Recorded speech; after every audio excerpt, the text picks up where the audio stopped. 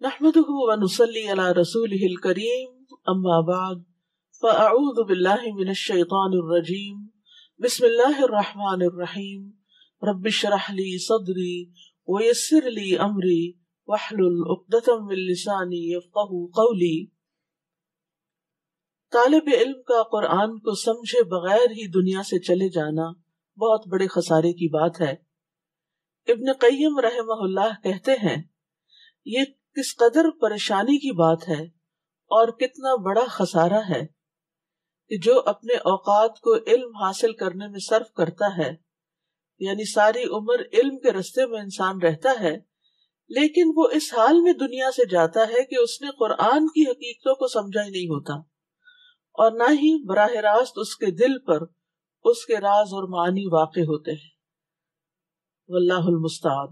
مطلب کیا ہے کہ ایک شخص ہے جو بہت پڑھا لکھا ہے، ہائیلی ایجوکیٹڈ ہے، ساری زندگی پڑھنا پڑھانا اس کا کام ہے، طرح طرح کے علوم و فنون سے واقف ہے، لیکن اس نے نہیں پڑھا تو قرآن ہی نہیں پڑھا، نہیں جانا تو قرآن ہی نہیں جانا، نہ اس کو سمجھا، نہ اس کے دل پر اس کا کچھ اثر ہوا اور اس کے بغیر ہی دنیا سے چلا گیا۔ آپ سوچئے، ہو سکتا ہے کہ آپ کے گرد و پیش میں کچھ ایسے لوگ ہوں کہ جو بہت ہی انتہائی اعلیٰ درجے کے تعلیم یافتہ ہوں، لیکن قرآن کو عربی میں بھی نہیں پڑھنا جانتے اور نہ ہی اس کے معنی کو سمجھتے ہیں اور نہ ہی کبھی اس کا خیال آیا اور نہ کبھی کسی نے خیال دلایا۔ تو ہم دوسروں کے بارے میں تو کچھ نہیں کہتے، لیکن ہم میں سے ہر ایک کو اپنا جائزہ یہاں ضرور لینا چاہیے کہ جتنا وقت میں نے دنیا کی تعلیم کو دیا، جتنا مال میں نے اس میں خرچ کیا، جتنے اوقات اس کام کو لگائے، جتنی انرجی اس میں صرف کی، جتنی راتیں دنیا کی تعلیم کے لیے جاگی، اس کے مقابلے میں قرآن کو میں نے کتنا وقت دیا۔ اور اگر اس کا 10واں حصہ بھی دیں تو عام طور پر سب لوگ کہتے ہیں بس اب یہ ہمارے کام سے گئے، اب یہ دن رات قرآن ہی اٹھائے پھرتے ہیں۔ تو کس قدر افسوس کی بات ہے کہ اللہ کی کتاب کی ایسی ناقدری، حالانکہ ہمیں اپنی زندگی میں سب سے زیادہ اہم اس چیز کو رکھنا چاہیے جو ہمیں سب سے زیادہ فائدہ دینے والی ہے، جو ہمیشہ کی زندگی میں ہمارے کام آنے والی ہے۔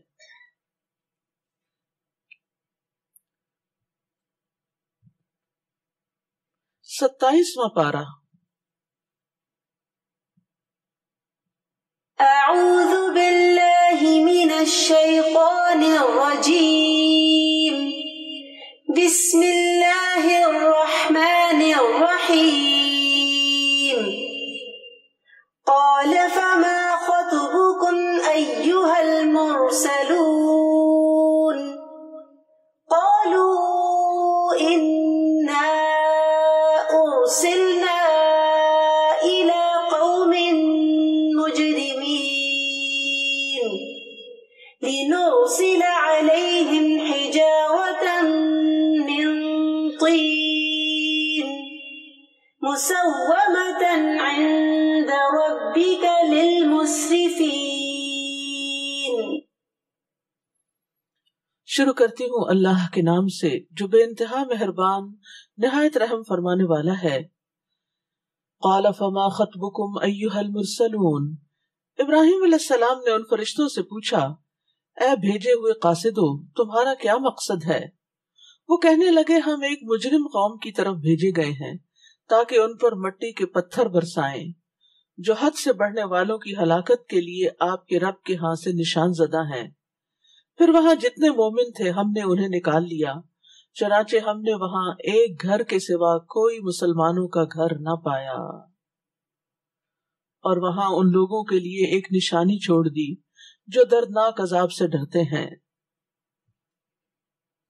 تو یہاں ابراہیم علیہ السلام نے آنے والے مہمانوں یعنی فرشتوں سے پوچھا کہ تمہارا کیا معاملہ ہے، تم کیا چاہتے ہو؟ یعنی پہلے ان کی ضیافت کی، ان کے کھانے کا انتظام کیا، پھر اس کے بعد مقصد پوچھا، کیونکہ ابراہیم علیہ السلام اب سمجھ چکے تھے کہ یہ اللہ تعالیٰ کے بھیجے ہوئے ہیں اور اللہ تعالیٰ نے ان کو کسی خاص اہم معاملے کے لیے ہی بھیجا ہے۔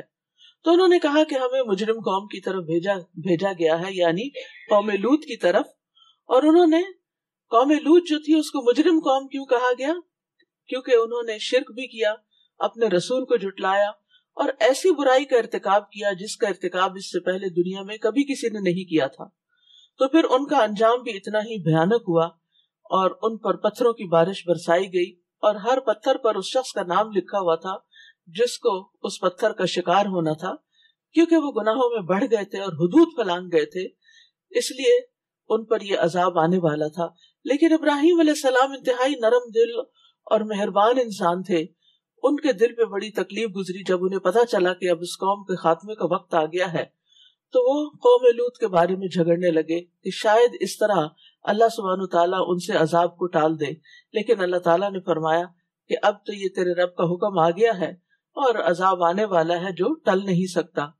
تو پھر وہاں جتنے بھی مومن تھے انہیں وہاں سے نکال لیا گیا، اور کتنے مومن تھے؟ ایک گھرانہ صرف، اور لوط علیہ السلام کا گھرانہ، اور پھر وہاں کوئی بھی باقی نہ بچا اور اس قوم کو ملیا میٹ کر دیا گیا۔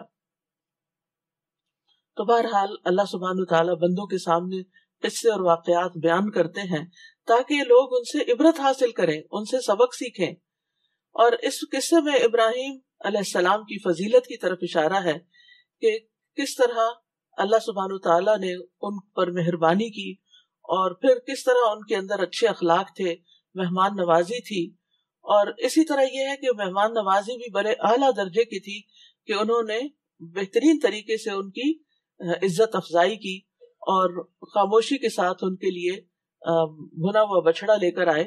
اور اس سے بھی پتہ چلتا ہے کہ ابراہیم علیہ السلام کو اللہ نے بہت مال و دولت بھی عطا کر رکھا تھا، اسی وجہ سے کیونکہ ایک عام فقیر غریب انسان کسی مہمان کو ایک پورا دمبا تو کیا ایک پورا ویل جو ہے وہ پیش نہیں کر سکتا، اور وہ بھی تیار شدہ۔ اس سے یہ بھی پتہ چلتا ہے کہ ان کے گھر میں اس کو تیار کرنے والے بھی موجود تھے، کیونکہ ایک دم رات کے وقت کوئی آئے اور اتنا سا کھانا موجود ہو، یہ ایک اچھے گھرانے کا ہی نمونہ ہو سکتا ہے۔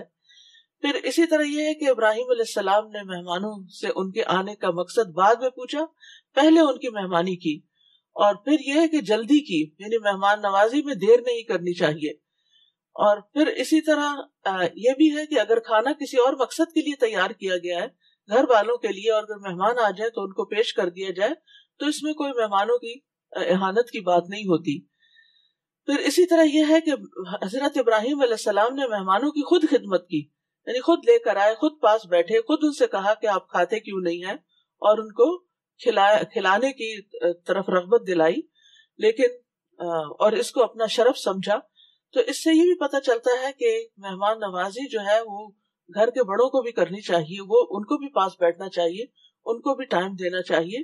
صرف سرونٹس کو بھیج دینا یا بچوں کو کہنا کہ تم لے جاؤ اور تم پاس بیٹھ جاؤ، تو یہ بھی مہمان نوازی کے آداب کے خلاف ہے۔ پھر اسی طرح یہ ہے کہ فرشتے جو ہیں وہ ان کی اہلیہ کو خوشخبری دیتے ہیں، لیکن جب انہیں پتہ چلتا ہے کہ قوم لوط کے اوپر عذاب آنے والا ہے تو وہ اپنی خوشخبری کو بھول جاتے ہیں اور ان کے بارے میں اللہ تعالیٰ سے فریادیں کرنے لگتے ہیں کہ ان کو عذاب نہ دیا جائے۔ تو اس واقعے میں ابراہیم علیہ السلام کا جو کردار ہے، ان کا جو اخلاق ہے، ان کے جو طور طریقے ہیں، یہ ہم سب کے سیکھنے کے ہیں۔ اور ہم جانتے ہیں کہ ابراہیم علیہ السلام اللہ کے محبوب تھے، اللہ کے خلیل تھے، اللہ کے دوست تھے۔ تو وہ کون سی کوالٹیز ہوتی ہیں جس کی بنا پر اللہ تعالیٰ کسی بندے کو اپنا محبوب بناتا ہے؟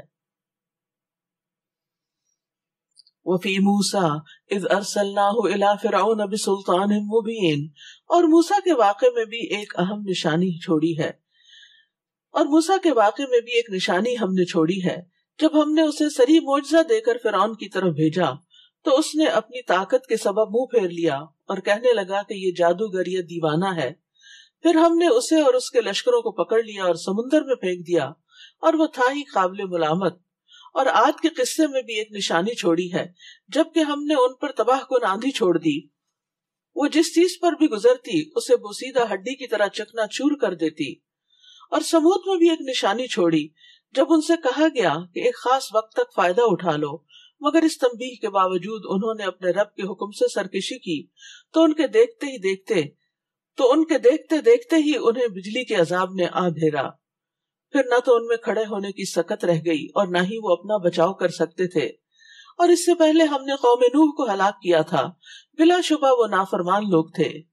اور آسمان کو ہم نے اپنے ہاتھ سے بنایا اور ہم اسے وسیع کرتے جا رہے ہیں، اور زمین کو ہم نے بچھایا اور ہم بڑے اچھے بچھانے والے ہیں. یعنی آسمان اور زمین کی تخلیق اللہ سبحانہ تعالیٰ نے اپنی قوت، اپنی قدرت کے ساتھ کی. وَمِن كُلِّ شَيْءٍ خَلَقْنَا زَوْجَيْنِ لَعَلَّكُمْ تَذَكَّرُونَ، اور ہر چیز کے ہم نے جوڑے پیدا کر دیے شاید کہ تم ان سے سبق حاصل کرو. ہر چیز جوڑے جوڑے میں ہے، جیسے دن اور رات، سیاہ سفید، میٹھا اور کڑوا، اور مرد اور عورت. تو یعنی کسی بھی چیز میں مختلف طرح کے کمبینیشنز ہیں، لیکن صرف اللہ کی ذات ہے کہ جو واحد لا شریک لہ ہے. تو اللہ تعالیٰ کی اس قدرت کو بھی دیکھنا چاہیے اور اس سے بھی سبق لینا چاہیے. فَفِرُّوا إِلَى اللَّهِ، تو دوڑ لگاؤ اللہ کی طرف، اللہ کی طرف دوڑ کر آؤ. انی لکم منہ نذیر مبین، میں تمہارے لیے اس کی طرف سے واضح طور پر ڈرانے والا ہوں. تو یہ دوڑ جو ہے یہ فزیکلی بھی ہوتی ہے کہ انسان بعضوں کا تیز تیز چلتے ہوئے اللہ تعالیٰ کے پسندیدہ کاموں کی طرف بڑھتا ہے. لیکن دوڑنے والے دو طرح کے ہوتے ہیں، ایک سعادت مند اور ایک بدبخت. تو جو شخص دوڑتا ہے، جو سعادت مند ہوتا ہے، خوش قسمت ہوتا ہے، وہ برائی کے راستوں، غلط کاموں کو چھوڑ کر نیکی کی طرف بھاگتا ہے. اور جو بدبخت ہوتا ہے وہ نیکی کے کام چھوڑ کر برائی کے کاموں کی طرف دوڑ لگاتا ہے. تو بدبخت اللہ سے بھاگتے ہیں اور نیک بخت اللہ کی طرف بھاگتے ہیں. اور مختلف لوگوں کی مختلف دوڑ ہوتی ہے. عام لوگوں کی دوڑ کیا ہوتی ہے کہ وہ جہالت سے علم کی طرف آتے ہیں، احتیاط کے ساتھ عقل مندی کا مظاہرہ کرتے ہوئے سستی سے چستی کی طرف دوڑتے ہیں. اسی طرح اللہ سے امید رکھتے ہوئے وہ اللہ کی فراخی کی طرف دوڑتے ہیں. لیکن خاص لوگوں کی دوڑ کیا ہوتی ہے؟ وہ علم یقینی حاصل کرنے کے لیے دوڑتے ہیں، اور پھر وہ علم اور عمل کے بعد باطنی تزکیہ اور باطنی خشوع کی طرف دوڑتے ہیں. ذاتی لذتوں سے خالص اللہ کی پسند کی طرف دوڑتے ہیں. یعنی ان کاموں کو نہیں کرتے جن میں ان کو یعنی صرف ان کاموں کی تلاش میں نہیں رہتے کہ جن میں انہیں کوئی لذت محسوس ہوتی ہے، بلکہ اپنے نفس کے خلاف جا کر وہ کام بھی کرتے ہیں جو اللہ تعالیٰ کے پسندیدہ ہوتے ہیں. نبی صلی اللہ علیہ وسلم نے فرمایا، اللہ تعالیٰ فرماتا ہے، اے ابن آدم تو میری طرف کھڑا ہو، میں تیری طرف چل کر آؤں گا. تو میری طرف چل کر آ، میں تیری طرف دوڑ کر آؤں گا. اسی طرح ایک اور حدیث میں آتا ہے، اگر بندہ مجھ سے ایک بالشت قریب ہو تو میں اس سے ایک گز قریب ہو جاتا ہوں، اور اگر وہ ایک گز میرے قریب ہوتا ہے تو میں اسے اس کے دونوں ہاتھوں کے پھیلاؤ کے برابر قریب ہوتا ہوں، اور اگر وہ میری طرف چل کر آئے تو میں اس کی طرف دوڑ کر آتا ہوں. تو جو اللہ کی طرف دوڑ کر جائے تو پھر کتنی جلدی اس کو اللہ کا قرب مل سکتا ہے. تو اس لیے ہماری بھاگ دوڑ، ہماری کوششیں، ہماری محنت خالصتاً اللہ کی نیت اور اللہ کی رضا کے لیے نیکی کے کاموں کی طرف ہونی چاہیے. اور اللہ کے ساتھ کوئی دوسرا الہ نہ بناؤ، میں اس کی طرف تمہیں صاف صاف ڈرا رہا، میں اس کی طرف تمہیں صاف صاف ڈرا رہا ہوں.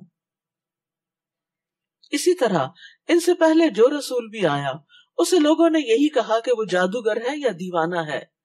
کیا یہ اس بات کی وصیت کرتے چلے آئے ہیں؟ بلکہ یہ ہے ہی سرکش لوگ. بس اے نبی صلی اللہ علیہ وسلم آپ ان کی پرواہ نہ کیجیے، آپ پر کوئی الزام نہیں. وذکر فإن الذکریٰ تنفع المؤمنین، اور نصیحت کرتے رہیے کیونکہ نصیحت ایمان لانے والوں کو فائدہ دیتی ہے. یعنی جس کے اندر ایمان آ جاتا ہے، اس کا دل نرم ہو جاتا ہے، اس کے اندر نصیحت قبول کرنے کا ملکہ پیدا ہو جاتا ہے اور اس کے اندر ایک جذب کی کیفیت آتی ہے. رسول اللہ صلی اللہ علیہ وسلم نے فرمایا، مومن کو اس حال میں پیدا کیا گیا کہ وہ آزمائش میں مبتلا ہونے والا، توبہ کرنے والا اور بھولنے والا ہوتا ہے. جب اسے نصیحت کی جاتی ہے تو وہ نصیحت قبول کرتا ہے. وَمَا خَلَقْتُ الْجِنَّ وَالْإِنسَ إِلَّا لِيَعْبُدُونَ، اور میں نے جنوں اور انسانوں کو صرف اس لیے پیدا کیا کہ وہ میری عبادت کریں. یہاں انسانوں سے پہلے جنوں کا ذکر ہے کیونکہ جن انسانوں سے پہلے تخلیق کیے گئے تھے، اور ویسے بھی مشرکین جو تھے وہ جنوں کی عبادت کرتے تھے، جنوں سے ڈرتے تھے، جنوں کے نام پہ نظر و نیاز دیتے تھے. تو یہاں یہ بتایا کہ اللہ تعالیٰ نے تو خود جنوں کو اپنی عبادت کے لیے پیدا کیا، تم کہاں جنوں کی عبادت کرنے لگ گئے اور جنوں سے ڈرنے لگے.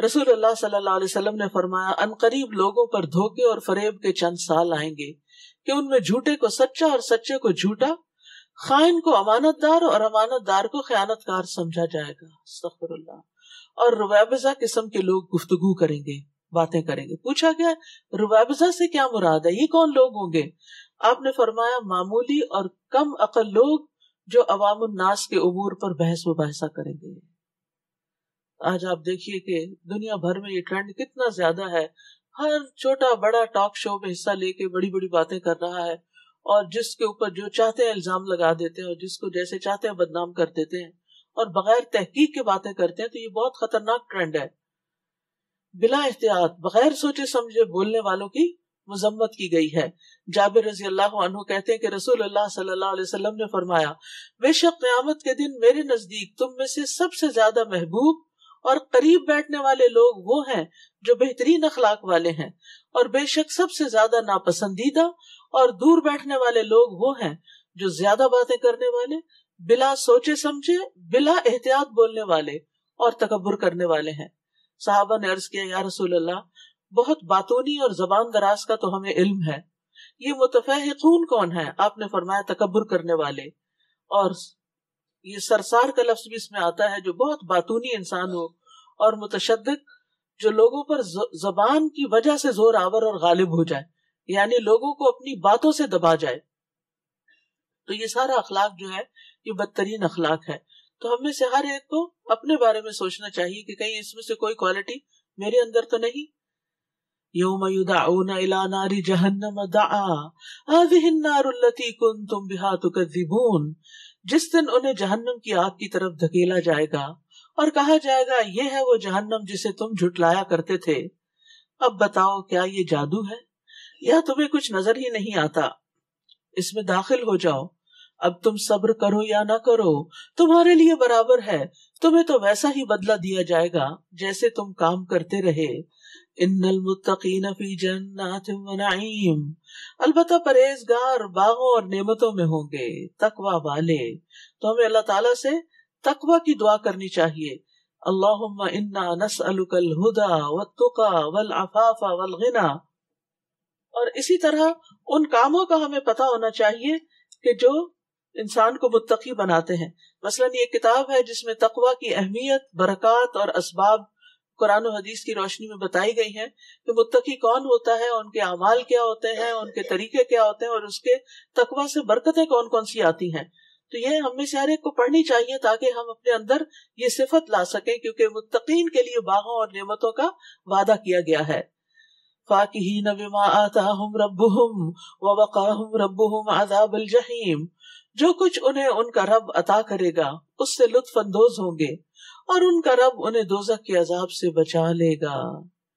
کلوا واشربوا ہنیئا بما کنتم تعملون، انہیں کہا جائے گا مزے سے کھاؤ پیو، یہ ان اعمال کا بدلہ ہے جو تم کرتے رہے۔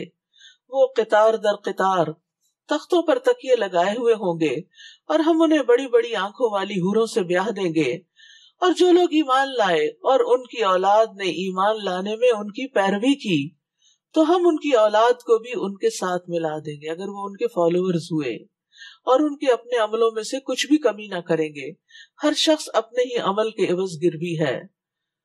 تو یاد رکھیے کہ اولاد کے استغفار کی وجہ سے والدین کے درجات کی بلندی ہوتی، اور والدین کی نیکیاں جو ہیں وہ پھر اولاد کے کام آتی۔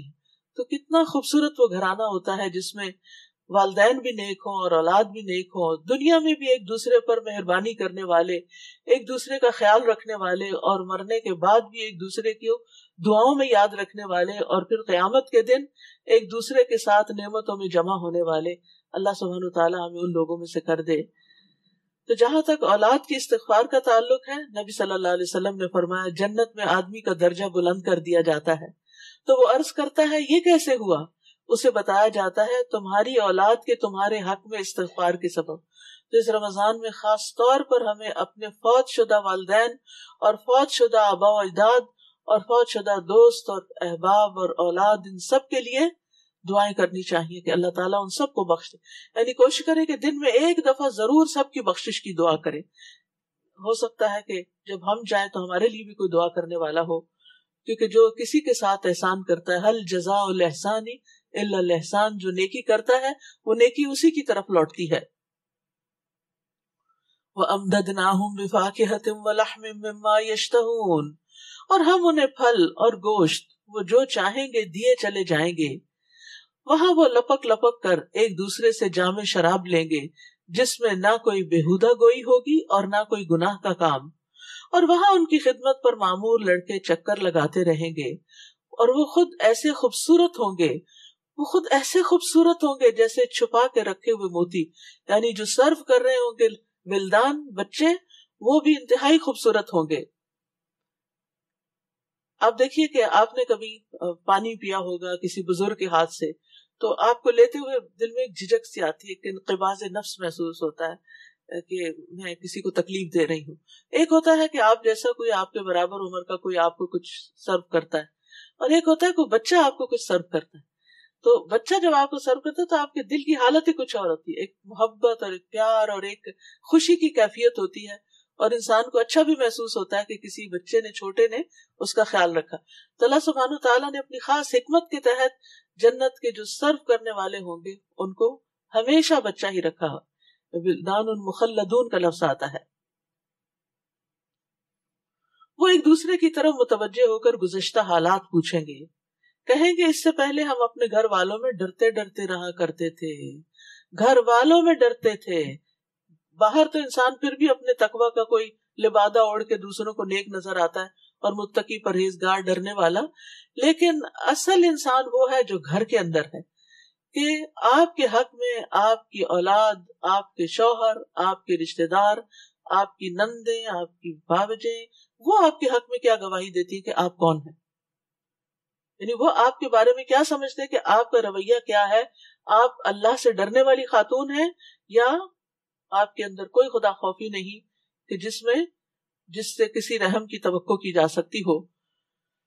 تو جنت میں جانے والوں کی خاص خوبی یہاں یہ بتائے گی کہ وہ اپنے گھر میں تقوی کے ساتھ زندگی بسر کرتے تھے. سو آج اللہ نے ہم پر احسان فرمایا اور ہمیں لو کے عذاب سے بچا لیا. ہم اس سے پہلے دنیا میں اسی کو پکارا کرتے تھے، بلا شبہ وہ بڑا احسان کرنے والا اور رحم کرنے والا ہے. یاد رکھیے کہ کامیابی اور نجات کا دار و مدار اخلاص پر ہے، نہ کہ محض مطالبے پر. انا کنا من قبل ندعوه فذکر فما انت بنعمت ربک بکاہن ولا مجنون.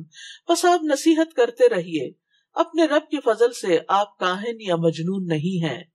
یا وہ کہتے ہیں کہ یہ شاعر ہے جس کے متعلق ہم گردش ایام کے منتظر ہیں. آپ انہیں کہیے تم بھی انتظار کرو، میں بھی تمہارے ساتھ انتظار کرتا ہوں.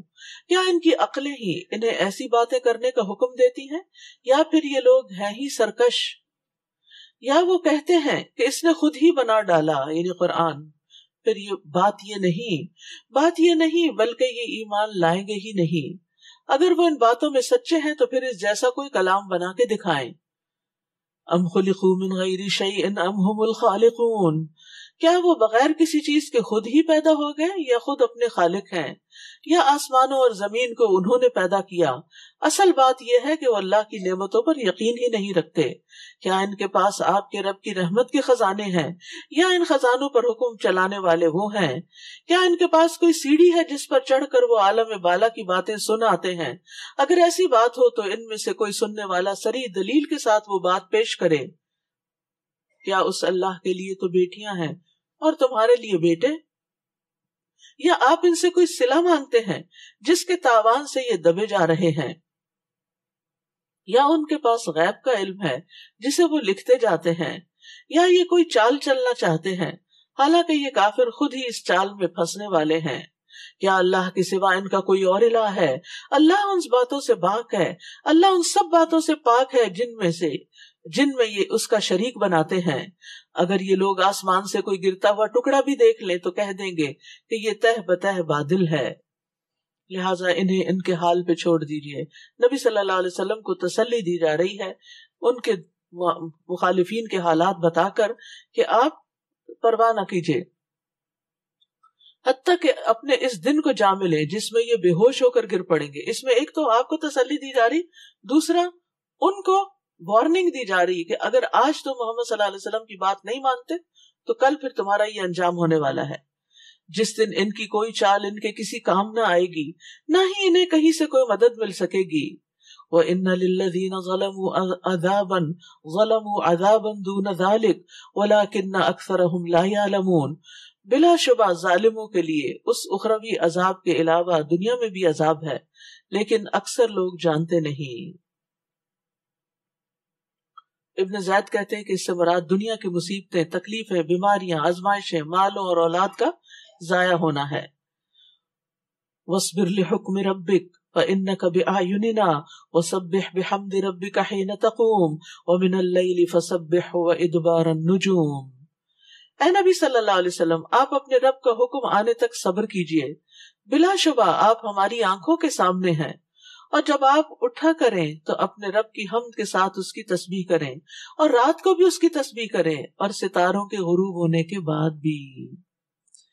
ادبار السجود سے مراد فجر کی سنت اور فرض ہے, کیونکہ صبح کی نماز کا وقت حقیقت میں ستاروں کے پیٹ پھیر کر جانے کے بعد کا وقت ہوتا ہے, جب ستارے ڈوب رہے ہوتے ہیں. ضحاک بھی یہی کہتے ہیں. اسی طرح حضرت عمر, حضرت ابو ہریرہ, حضرت حسن بصری وغیرہ وغیرہ بہت سے لوگ یہ کہتے ہیں کہ اس سے مراد فجر کی 2 سنتیں ہیں, اور فجر کی 2 سنتوں کی بڑی اہمیت ہے. حضرت عائشہ کہتی ہیں کہ میں نے رسول اللہ صلی اللہ علیہ وسلم کو کسی نفل کی ادائیگی کے لیے اتنی جلدی کرتے نہیں دیکھا جتنی جلدی آپ نماز فجر سے پہلے 2 رکعتوں کے لیے کیا کرتے تھے. حضرت عائشہ کہتی ہے کہ نبی صلی اللہ علیہ وسلم نے طلوع فجر کے وقت 2 رکعت نماز پڑھنے کی شان کے بارے میں فرمایا کہ ان کو پڑھنا میرے نزدیک ساری دنیا سے زیادہ محبوب ہے. نبی صلی اللہ علیہ وسلم نے ان سنتوں کو کبھی سفر میں بھی نہیں چھوڑا تھا. سفر کی نماز آدھی ہو جاتی ہے نا, سنتیں معاف ہو جاتی ہیں, لیکن فجر کی سنتیں آپ نے کبھی سفر میں بھی نہیں چھوڑی تھی. اور اسی طرح فجر کی نماز کی بھی اپنی اہمیت ہے. رسول اللہ صلی اللہ علیہ وسلم نے فرمایا جس نے صبح کی نماز پڑھی پس وہ اللہ کے ذمہ میں ہے, پس اللہ تم سے اپنے حفاظت کے بارے میں کسی چیز کا مطالبہ نہ کرے. یقیناً جس سے یہ مطالبہ کرے گا اللہ تعالیٰ اپنی گرفت میں لے کر اسے منہ کے بال جہنم میں پھینک دے گا. تو فجر پڑھنے والا جو ہے وہ شام تک اللہ کی حفاظت میں رہتا ہے, اور فجر کی نماز پڑھنے والے سے جنت کا وعدہ ہے. رسول اللہ صلی اللہ علیہ وسلم نے فرمایا جو شخص 2 ٹھنڈی نمازیں فجر اور عصر پڑھے گا وہ جنت میں داخل ہوگا. اسی طرح ایک اور روایت میں آیا وہ آدمی ہرگز آگ میں نہیں جائے گا جس نے سورج نکلنے سے پہلے اور سورج کے غروب ہونے سے پہلے نماز پڑھی, یعنی فجر اور عصر کی نماز. اسی طرح آپ نے فرمایا یقیناً تم لوگ اپنے رب کو اس طرح دیکھو گے جس طرح تم چاند کو دیکھ رہے ہو, تمہیں اس کو دیکھنے میں کوئی دھکم پیل یا مشقت نہیں ہوگی. بس اگر تم طاقت رکھتے ہو کہ سورج طلوع ہونے سے پہلے اور غروب ہونے سے پہلے نمازوں میں سستی نہ کرو تو ایسا کر لو. تو رات, اور اسی طرح بعض لوگ کیا کرتے ہیں کہ رات کا قیام کرتے ہیں اور فجر قضا کر دیتے ہیں. تو فجر کی نماز جو ہے وہ قیام اللیل سے بھی افضل ہے. اکثر ہم لوگ نوافل کی طرف بڑے شوق سے لپکتے ہیں اور فرض نمازوں میں سستی کرتے ہیں, تو ایسا نہیں ہونا چاہیے. فرض نمازوں میں سستی اور خصوصاً فجر کی نماز میں سستی منافق کا وتیرہ ہوتی ہے. سورۃ النجم. بسم اللہ الرحمن الرحیم.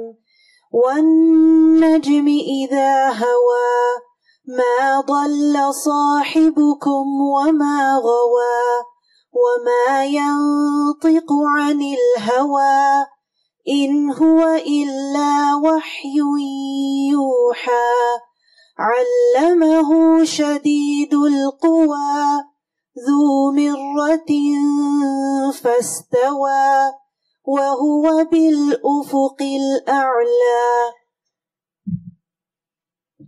بسم اللہ الرحمن الرحیم. سورۃ النجم. والنجم اذا هوى ما ضل صاحبكم وما غوى. ستارے کی قسم جب وہ ڈوبنے لگے تمہارا ساتھی نہ تو راہ بھولا ہے اور نہ بھٹکا ہے. وحی الہی اور ستاروں دونوں کو ساتھ ساتھ ذکر کیا گیا ہے. کیونکہ ستارے آسمان کی زینت ہیں اور وحی الہی زمین کے لوگوں کی زینت ہے، یعنی انسانوں کو سنوارنے والی ہے۔ اگر انبیاء سے وراثت میں حاصل ہونے والا علم نہ ہوتا تو لوگ کالی رات سے بھی زیادہ شدید تاریکی میں ہوتے۔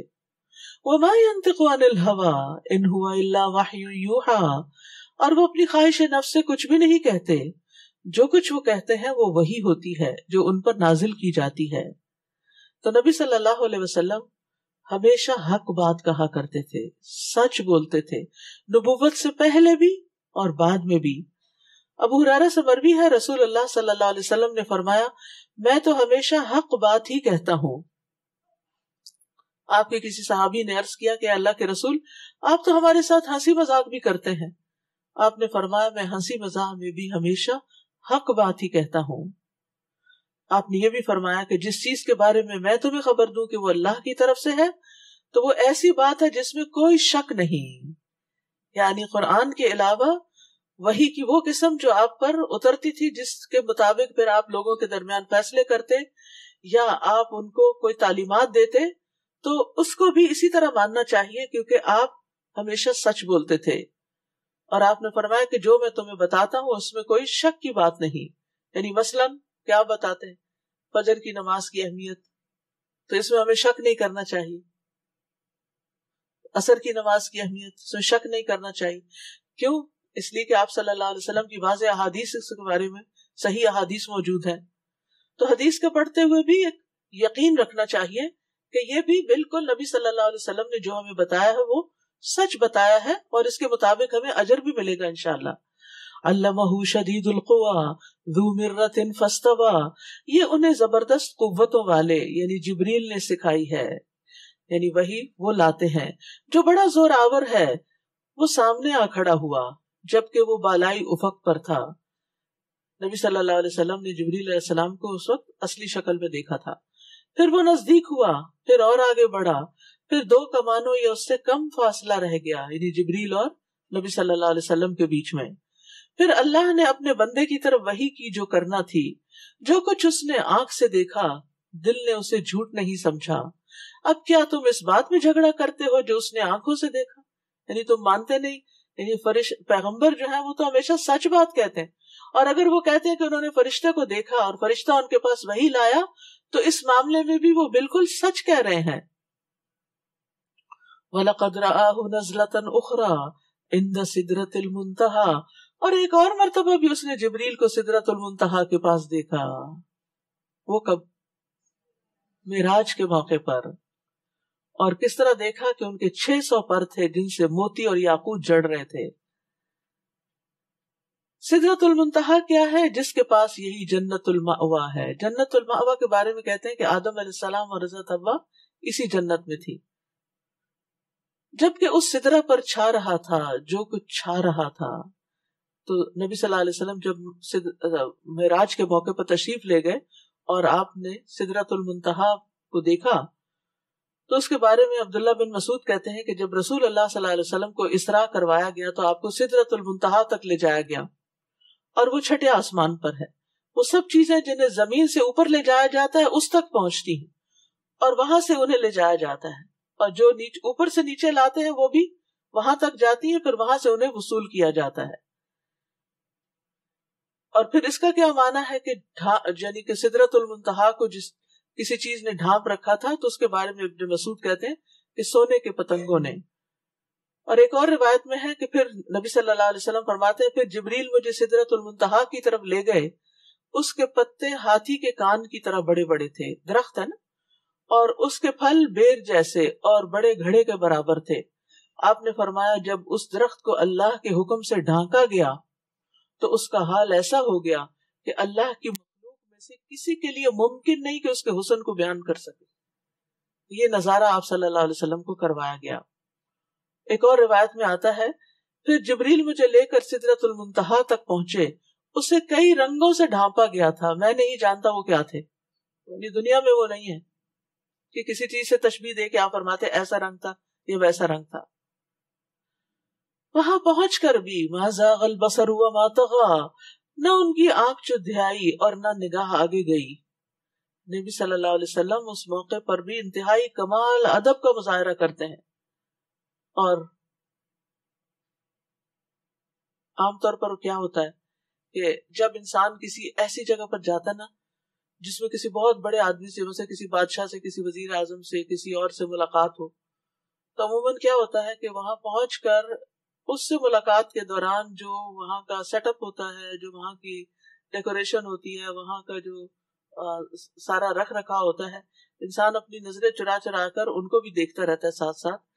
لیکن نبی صلی اللہ علیہ وسلم نے اپنی پوری توجہ اپنے رب کی طرف رکھی. تو آپ کی نمازوں میں کیا خشوع ہوتا ہوگا کہ وہاں جا کر بھی آپ کا وہ خشوع قائم رہا کہ آپ کی نظر ادھر ادھر نہیں بھٹکی کہ آپ دیکھنے لگے اچھا یہاں اور کیا کیا ہوتا ہے، آج ہی موقع ملا ہے اچھی طرح سارا جائزہ لے کر جاؤں. تو ادب کا تقاضا یہ ہے کہ جس کام کے لیے گئے ہیں، جس مقصد کے لیے گئے ہیں، اس پر فوکس رکھیں، نہ کہ ادھر ادھر وانڈر اراؤنڈ کریں، نہ تجسس. اور اس میں آپ صلی اللہ علیہ وسلم کے سکون قلب اور طمانینت کا بھی اظہار ہے. اور یہ کسی شخص کی شخصیت کے کمال کی خوبی ہے. یہ اتنے کمپوزڈ تھے آپ اور اتنے فوکسڈ. لقد رأى من آیات ربہ الکبریٰ، بلا شبہ اس نے اپنے رب کی بڑی بڑی نشانیاں دیکھی. افرأیتم اللات والعزیٰ ومناة الثالثة الأخرى، کیا بھلا تم نے لات اور عزیٰ دیویوں پر بھی غور کیا اور ایک تیسری منات پر بھی؟ کیا تمہارے لیے تو لڑکے ہوں اور اس کے لیے لڑکیاں؟ یہ تو بڑی ناانصافی کی تقسیم ہے. یہ تو بس ایسے نام ہیں جو تم نے اور تمہارے آباء و اجداد نے رکھ لیے ہیں انہیں اپنی دیویوں کے. اللہ نے ان کے لیے کوئی دلیل نازل نہیں کی. یہ لوگ محض ظن کی پیروی کر رہے ہیں یا پھر اس چیز کی جو ان کے دل چاہتے ہوں، حالانکہ ان کے پاس ان کے رب کی طرف سے ہدایت پہنچ چکی ہے. یعنی یہاں اشارہ ہے قریش کی ان دیویوں کی طرف جنہیں انہوں نے خود ساختہ نام دے رکھے تھے اور ان سے خود ساختہ کرامات منسوب کر رکھی تھی.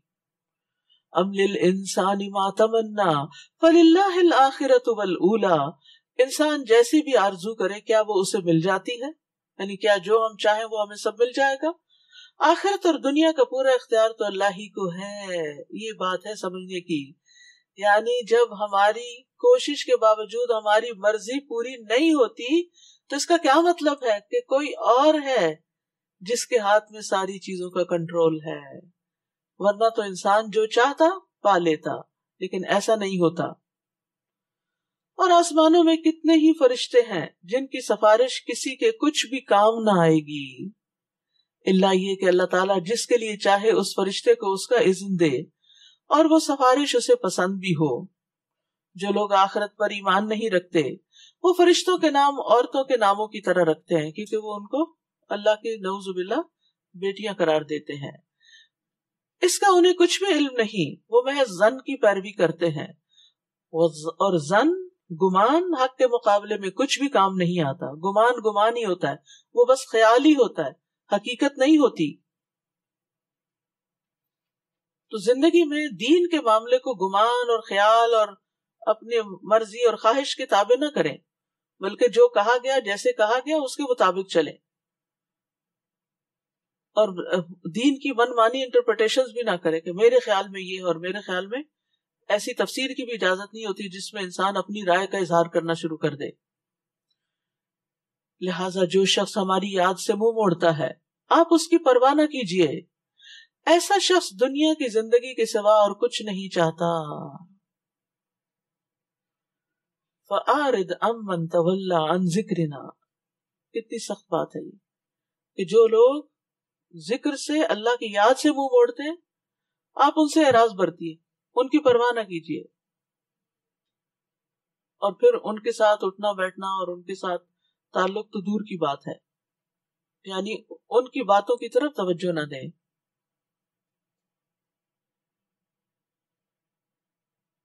اس میں آپ دیکھیے اللہ کے ذکر سے منہ نہیں موڑنا چاہیے. یہ خاص یہاں سبق ہمیں مل رہا ہے، کیونکہ آگے ہی کہا وَلَمْ يُرِدِ إِلَّا الْحَيَاةَ الدُّنْيَا، وہ دنیا کی زندگی چاہتا ہے. یعنی اللہ کے ذکر سے یا ذکر کی مجلس سے اسے کون سی چیز روکے ہوئے؟ دنیا کی خواہشات. ان کے علم کی پرواز بس یہیں تک ہے، یعنی وہ بس زیادہ سے زیادہ بھی علم رکھتا ہے تو صرف دنیا کا رکھتے ہیں، تو اس لیے ان کی باتیں نہیں مانو، اس علم کو اپناؤ اور اس علم کو فالو کرو جو وحی کی بنیاد پر آیا ہے۔ بلا شبہ آپ کا رب خوب جانتا ہے کہ کون اس کی راہ سے گم ہو گیا ہے، کس نے اس کی راہ گم کر دی ہے۔ بلا شبہ آپ کا رب خوب جانتا ہے کہ کون اس کی راہ گم کیے ہوئے ہے اور کون ٹھیک راہ پر چل رہا ہے۔ یہاں ایسے لوگوں کی طرف اشارہ کیا گیا ہے جو دنیاوی معاملات میں تو بہت علم رکھتے ہیں، بہت سمجھ رکھتے ہیں، لیکن دین کے معاملے میں بالکل کورے، ناواقف۔ تو یہاں اللہ تعالیٰ نے ان کو ایک طرح سے ان کی عقل کو کامل نہیں قرار دیا، ان کو آخرت کے علم والوں سے کم درجے میں رکھا ہے۔ یعنی ایک شخص ہے جس کے پاس صرف دنیا کا علم ہے، دین کا نہیں، ایک وہ ہے جس کے پاس صرف دین کا اور دنیا کا نہیں، اور ایک وہ ہے جس کے پاس دین کا بھی اور دنیا کا بھی ہے۔ تمہارا ہر ایک کے درجات ہیں، لیکن دین کا علم نہ ہو اور صرف دنیا کے علم پر مرغوب ہونا یہ کوئی عقل مندی کی بات نہیں۔ اور جو کچھ آسمانوں اور زمین میں ہے سب اللہ ہی کا ہے، جس کا تقاضا یہ ہے کہ وہ برائی کرنے والوں کو ان کے اعمال کا بدلہ دے، اور جن لوگوں نے اچھے عمل کیے انہیں اچھا بدلہ دے۔ جو کبیرہ گناہوں اور بے حیائی کے کاموں سے بچتے ہیں، الا یہ کہ چھوٹے گناہ ان سے سرزد ہو جائیں۔ بلا شبہ آپ کے رب کی مغفرت بہت وسیع ہے، وہ تمہاری اس حالت کو بھی خوب جانتا ہے جب اس نے تمہیں زمین سے پیدا کیا، اور اس حالت کو بھی جب تم اپنی ماں کے بطنوں میں جنین تھے، لہٰذا تم اپنے پاک ہونے کا دعویٰ نہ کرو، وہی بہتر جانتا ہے کہ پرہیزگار کون ہے۔ ہوا اعلم بمن اتقی۔ تو یہاں جس چیز کا ذکر خاص طور پر کیا گیا ہے وہ کیا ہے کہ بڑے بڑے گناہ جو ہیں ان سے انسان بچے اگر، تو چھوٹے گناہ لمم ہوتے ہیں، چھوٹا موٹا ملوث ہو جانا کسی چیز میں، اس کو پھر رب معاف کر دیتا ہے۔ پھر اسی طرح یہ ہے کہ فلا تزکوا انفسکم بھی قابل توجہ ہے کہ انسان کو اپنے آپ کو پاکیزہ قرار نہیں دینا چاہیے کہ میں بڑا نیک ہوں، اپنے آپ کو دوسروں سے بہتر نہیں سمجھنا چاہیے، کیونکہ آپ دوسروں کی زندگی کا پورا احاطہ نہیں کر سکتے کہ ان کی زندگی میں کون کون سے نیک اعمال ہیں۔ تو یہ تزکو کون ہے، یعنی کون تزکیہ کرتے ہیں اپنا؟ کل بھی کہتے ہیں لوگ نیک عمل کرتے ہیں، پھر نیک عمل کرنے کے بعد کہتے ہیں یہ ہماری نمازیں ہیں، یہ ہمارے روزے ہیں، یہ ہمارا حج ہے، یہ ہمارا جہاد ہے۔ تو اللہ تعالیٰ نے ان کے بارے میں یہ آیت نازل کی کہ وہ زیادہ جاننے والا ہے کون نیک ہے اور کس نے اطاعت کی اور کس نے اپنا عمل اللہ کے لیے خالص کیا۔ اسی طرح ایسے نام بھی نہیں رکھنے چاہیے کہ جن سے انسان کی بہت کوئی بڑائی ظاہر ہوتی ہو، یا نیکی، جیسے نیک بھی نام رکھ لیتے۔ تو عربی میں اسی طرح ایک خاتون کا نام جو تھا وہ برہ تھا، تو آپ نے اس کا نام زینب رکھ دیا اور برہ نام رکھنے سے منع کیا۔ آپ نے فرمایا اپنے آپ کو نیک اور صالح نہ کہلواؤ، اللہ تم میں سے نیک بندوں کو خوب جانتا ہے۔ تو پوچھا کہ ہم کیا نام رکھے، تو آپ نے فرمایا زینب نام رکھ لو۔ تو اپنی نیکیوں کا اشتہار نہ دیں، اپنی نیکیوں کے بارے میں بڑھ چڑھ کے باتیں نہ کریں، میں نے یہ بھی کیا، میں نے وہ بھی کیا۔ نہیں، اللہ کو پتا ہے کہ کون کس درجے میں ہے، اچھا کر کے بھی ڈرتے رہیں۔ پھر آپ نے اس شخص کو دیکھا جس نے روگردانی کی اور تھوڑا سا دیا پھر رک گیا، کیا اس کے پاس علم غیب ہے کہ وہ سب کچھ دیکھ رہا ہو، یا آخرت میں اس کے لیے سب اچھا ہے؟ کیا اسے ان باتوں کی خبر نہیں پہنچی؟ کیا اسے ان باتوں کی خبر نہیں پہنچی جو موسیٰ کے صحیفوں میں ہیں اور ابراہیم کے صحیفوں میں بھی، جس نے عہد کو پورا کیا؟ کیا تھی وہ باتیں، کیا ہے وہ کامن تعلیمات؟ اللہ تزر وازرۃ وزر اخری، کہ کوئی بوجھ اٹھانے والا دوسرے کا بوجھ نہیں اٹھائے گا، ہر شخص کو اپنے گناہ اپنے کندھوں پہ لادنے پڑیں گے۔ وَأَلَّيْسَ لِلْإِنسَانِ إِلَّا مَا سَعَى، اور یہ کہ انسان کے لیے وہی کچھ ہے جو اس نے کوشش کی، یعنی انسان کو اپنی کمائی کا ہی بدلہ ملے گا، دوسروں کا کام ہمیں فائدہ نہیں دے گا۔ وَأَنَّ سَعْيَهُ سَوْفَ يُرَىٰ، اور یہ کہ اس کی کوشش جلد ہی دیکھی جائے گی. ثم یجزاہ الجزاء الاوفا، پھر اسے اس کا پورا پورا بدلہ دے دیا جائے گا. وان الی ربک المنتہی، اور یہ کہ سب کو آپ کے رب ہی کے پاس پہنچنا ہے. وَأَنَّهُ هُوَ أَضْحَكَ وَأَبْكَى وَأَنَّهُ هُوَ أَمَاتَ وَأَحْيَا وَأَنَّهُ خَلَقَ الزَّوْجَيْنِ الذَّكَرَ وَالْأُنثَى مِن نُطْفَةٍ إِذَا تُمْنَى، اور یہ کہ وہی ہنساتا اور رلاتا ہے، اور یہ کہ وہی مارتا اور زندہ کرتا ہے، اور یہ کہ اسی نے نر اور مادہ کی دو قسمیں پیدا کی ہیں نطفے سے جبکہ وہ رحم میں ٹپکایا جاتا ہے. آپ دیکھیے کہ یہ ہنسنا اور رونا اس کا طریقہ بھی اللہ نے ہی سکھایا ہے. جانوروں کے اندر آپ دیکھیں گے کہ ان کو ہنسنا نہیں آتا. آپ ان کے سامنے اچھی سے اچھی غذا رکھ دیں، they don't know how to smile. نہ چڑیا کو، نہ کبوتر کو، نہ کتے کو، نہ بلی کو، نہ گائے کو، نہ بھینس کو، کسی کو ہنسنا نہیں آتا. اور عام طور پہ آپ ان کو روتے ہوئے بھی نہیں دیکھتے. لیکن انسان کے اندر اللہ نے جذبات رکھے اور اس کو ہنسنا سکھایا، رونا سکھایا، اور پھر ایسے مواقع پیدا کیے کہ جس سے انسان کے اندر کی ان چیزوں کی سیٹسفیکشن بھی ہو. تو یہ پہلی زندگی کی ساری باتیں کر کے اللہ کی قدرت ظاہر کر کے پھر فرمایا اور یہ کہ دوسری بار زندہ کرنا بھی اس کے ذمہ ہے. جس نے پہلی بار پیدا کیا وہ دوبارہ بھی پیدا کرے گا. اور یہ کہ وہی دولت مند بناتا اور مفلس کرتا ہے. تمہارے مال اور رزق بھی اللہ کے ہاتھ میں ہے، اور یہ اس لیے اسی کی طرف توجہ کرو. یہ سب بتانے کا مقصد کیا ہے کہ ان سارے حالات اور مواقع پر اپنے رب کی طرف رجوع کرو. اور یہ کہ وہی شعرا ستارے کا مالک ہے، یعنی شعرا ستارے کو مت پوجو، وہ اللہ کی مخلوق ہے. اور یہ کہ اسی نے عاد اولا کو ہلاک کیا اور سمود کو بھی، حتیٰ کہ کوئی بھی باقی نہ چھوڑا. اور اس سے پہلے قوم نوح کو بھی ہلاک کیا کیونکہ وہ لوگ بھی بہت ظالم اور سرکش تھے. وَالْمُؤْتَفِكَةَ أَهْوَىٰ فَغَشَّاهَا مَا غَشَّىٰ فَبِأَيِّ آلَاءِ رَبِّكَ تَتَمَارَىٰ، اور اسی نے الٹائی ہوئی بستی کو گرا مارا. قوم لوط کی بستی کی طرف اشارہ ہے. پھر اس پر تباہی چھا گئی جس نے اس بستی کو پوری طرح ڈھانپ لیا. پس تو اے انسان اپنے رب کی کن کن نعمتوں میں شک کرے گا. اب آپ ذرا کمپیئر کریں عربی عبارت اور اردو ترجمے، نو کمپیریزن.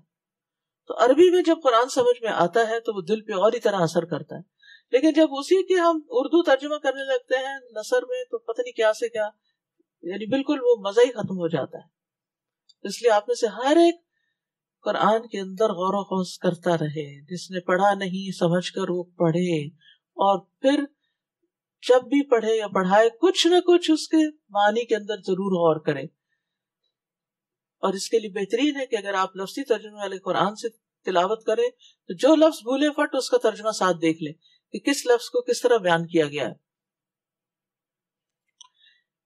یہ نبی بھی پہلے ڈرانے والوں میں سے ایک ڈرانے والا ہے.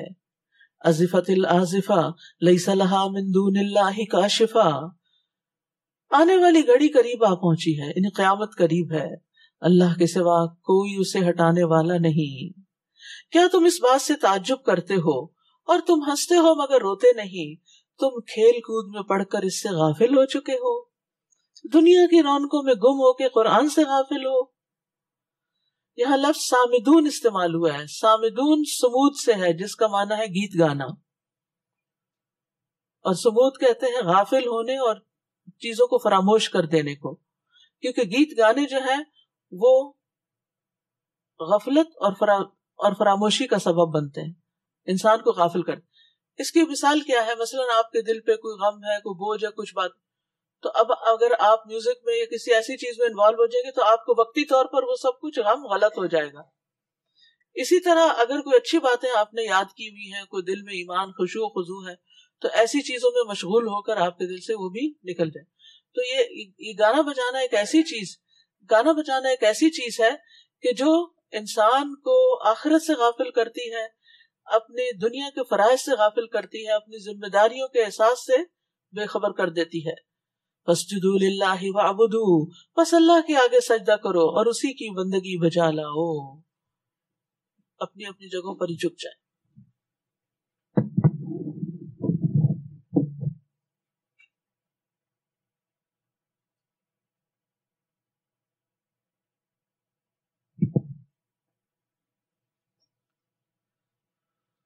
سورۃ القمر.